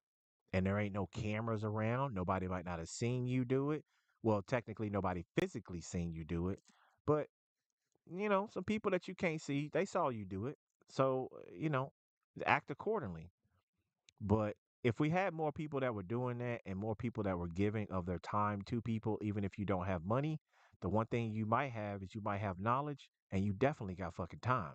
So, go out there and just do a little bit, a little bit as you can, even in small amounts is always great.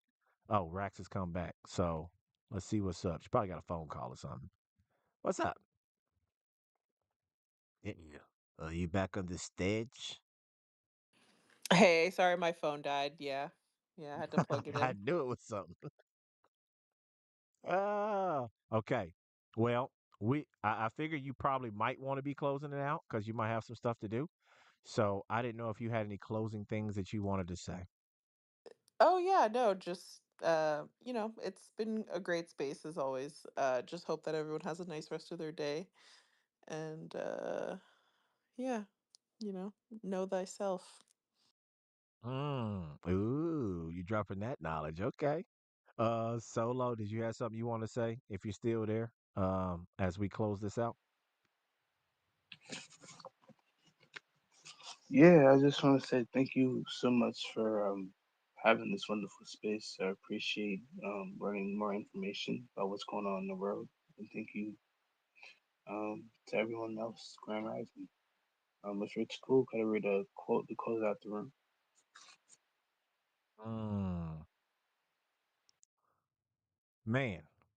You just gotta love good people, don't you? I just fucking love it so much. The more I do this, and the more I get out of my comfort zone, the more just like excited and energized that I feel about it. And if you watching me on the live, you can see it because I talk with my hands. And if you listening, you can actually hear how excited I am about stuff. I can't really hide things like that. You know what I mean?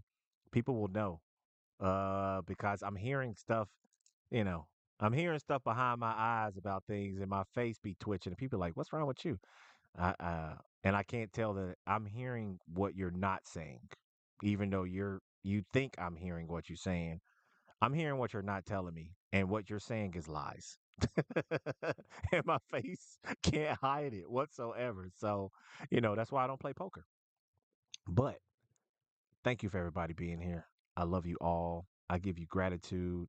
I hope you have a fantastic week. And I hope that this space that we did today gives you positive energy to just keep you pushing and flowing very well throughout your week. So, just to let y'all know, this is Brunch Before Lunch, episode 32. We were going over Keylontic Science with my girl Rax in a bi weekly space, which at some point will be coming to a close, and then we'll have some other subjects to talk about. So enjoy the rest of your day. I love you all. And as I said before, all I ask is for you to be a good person. I'll catch you next time. Peace.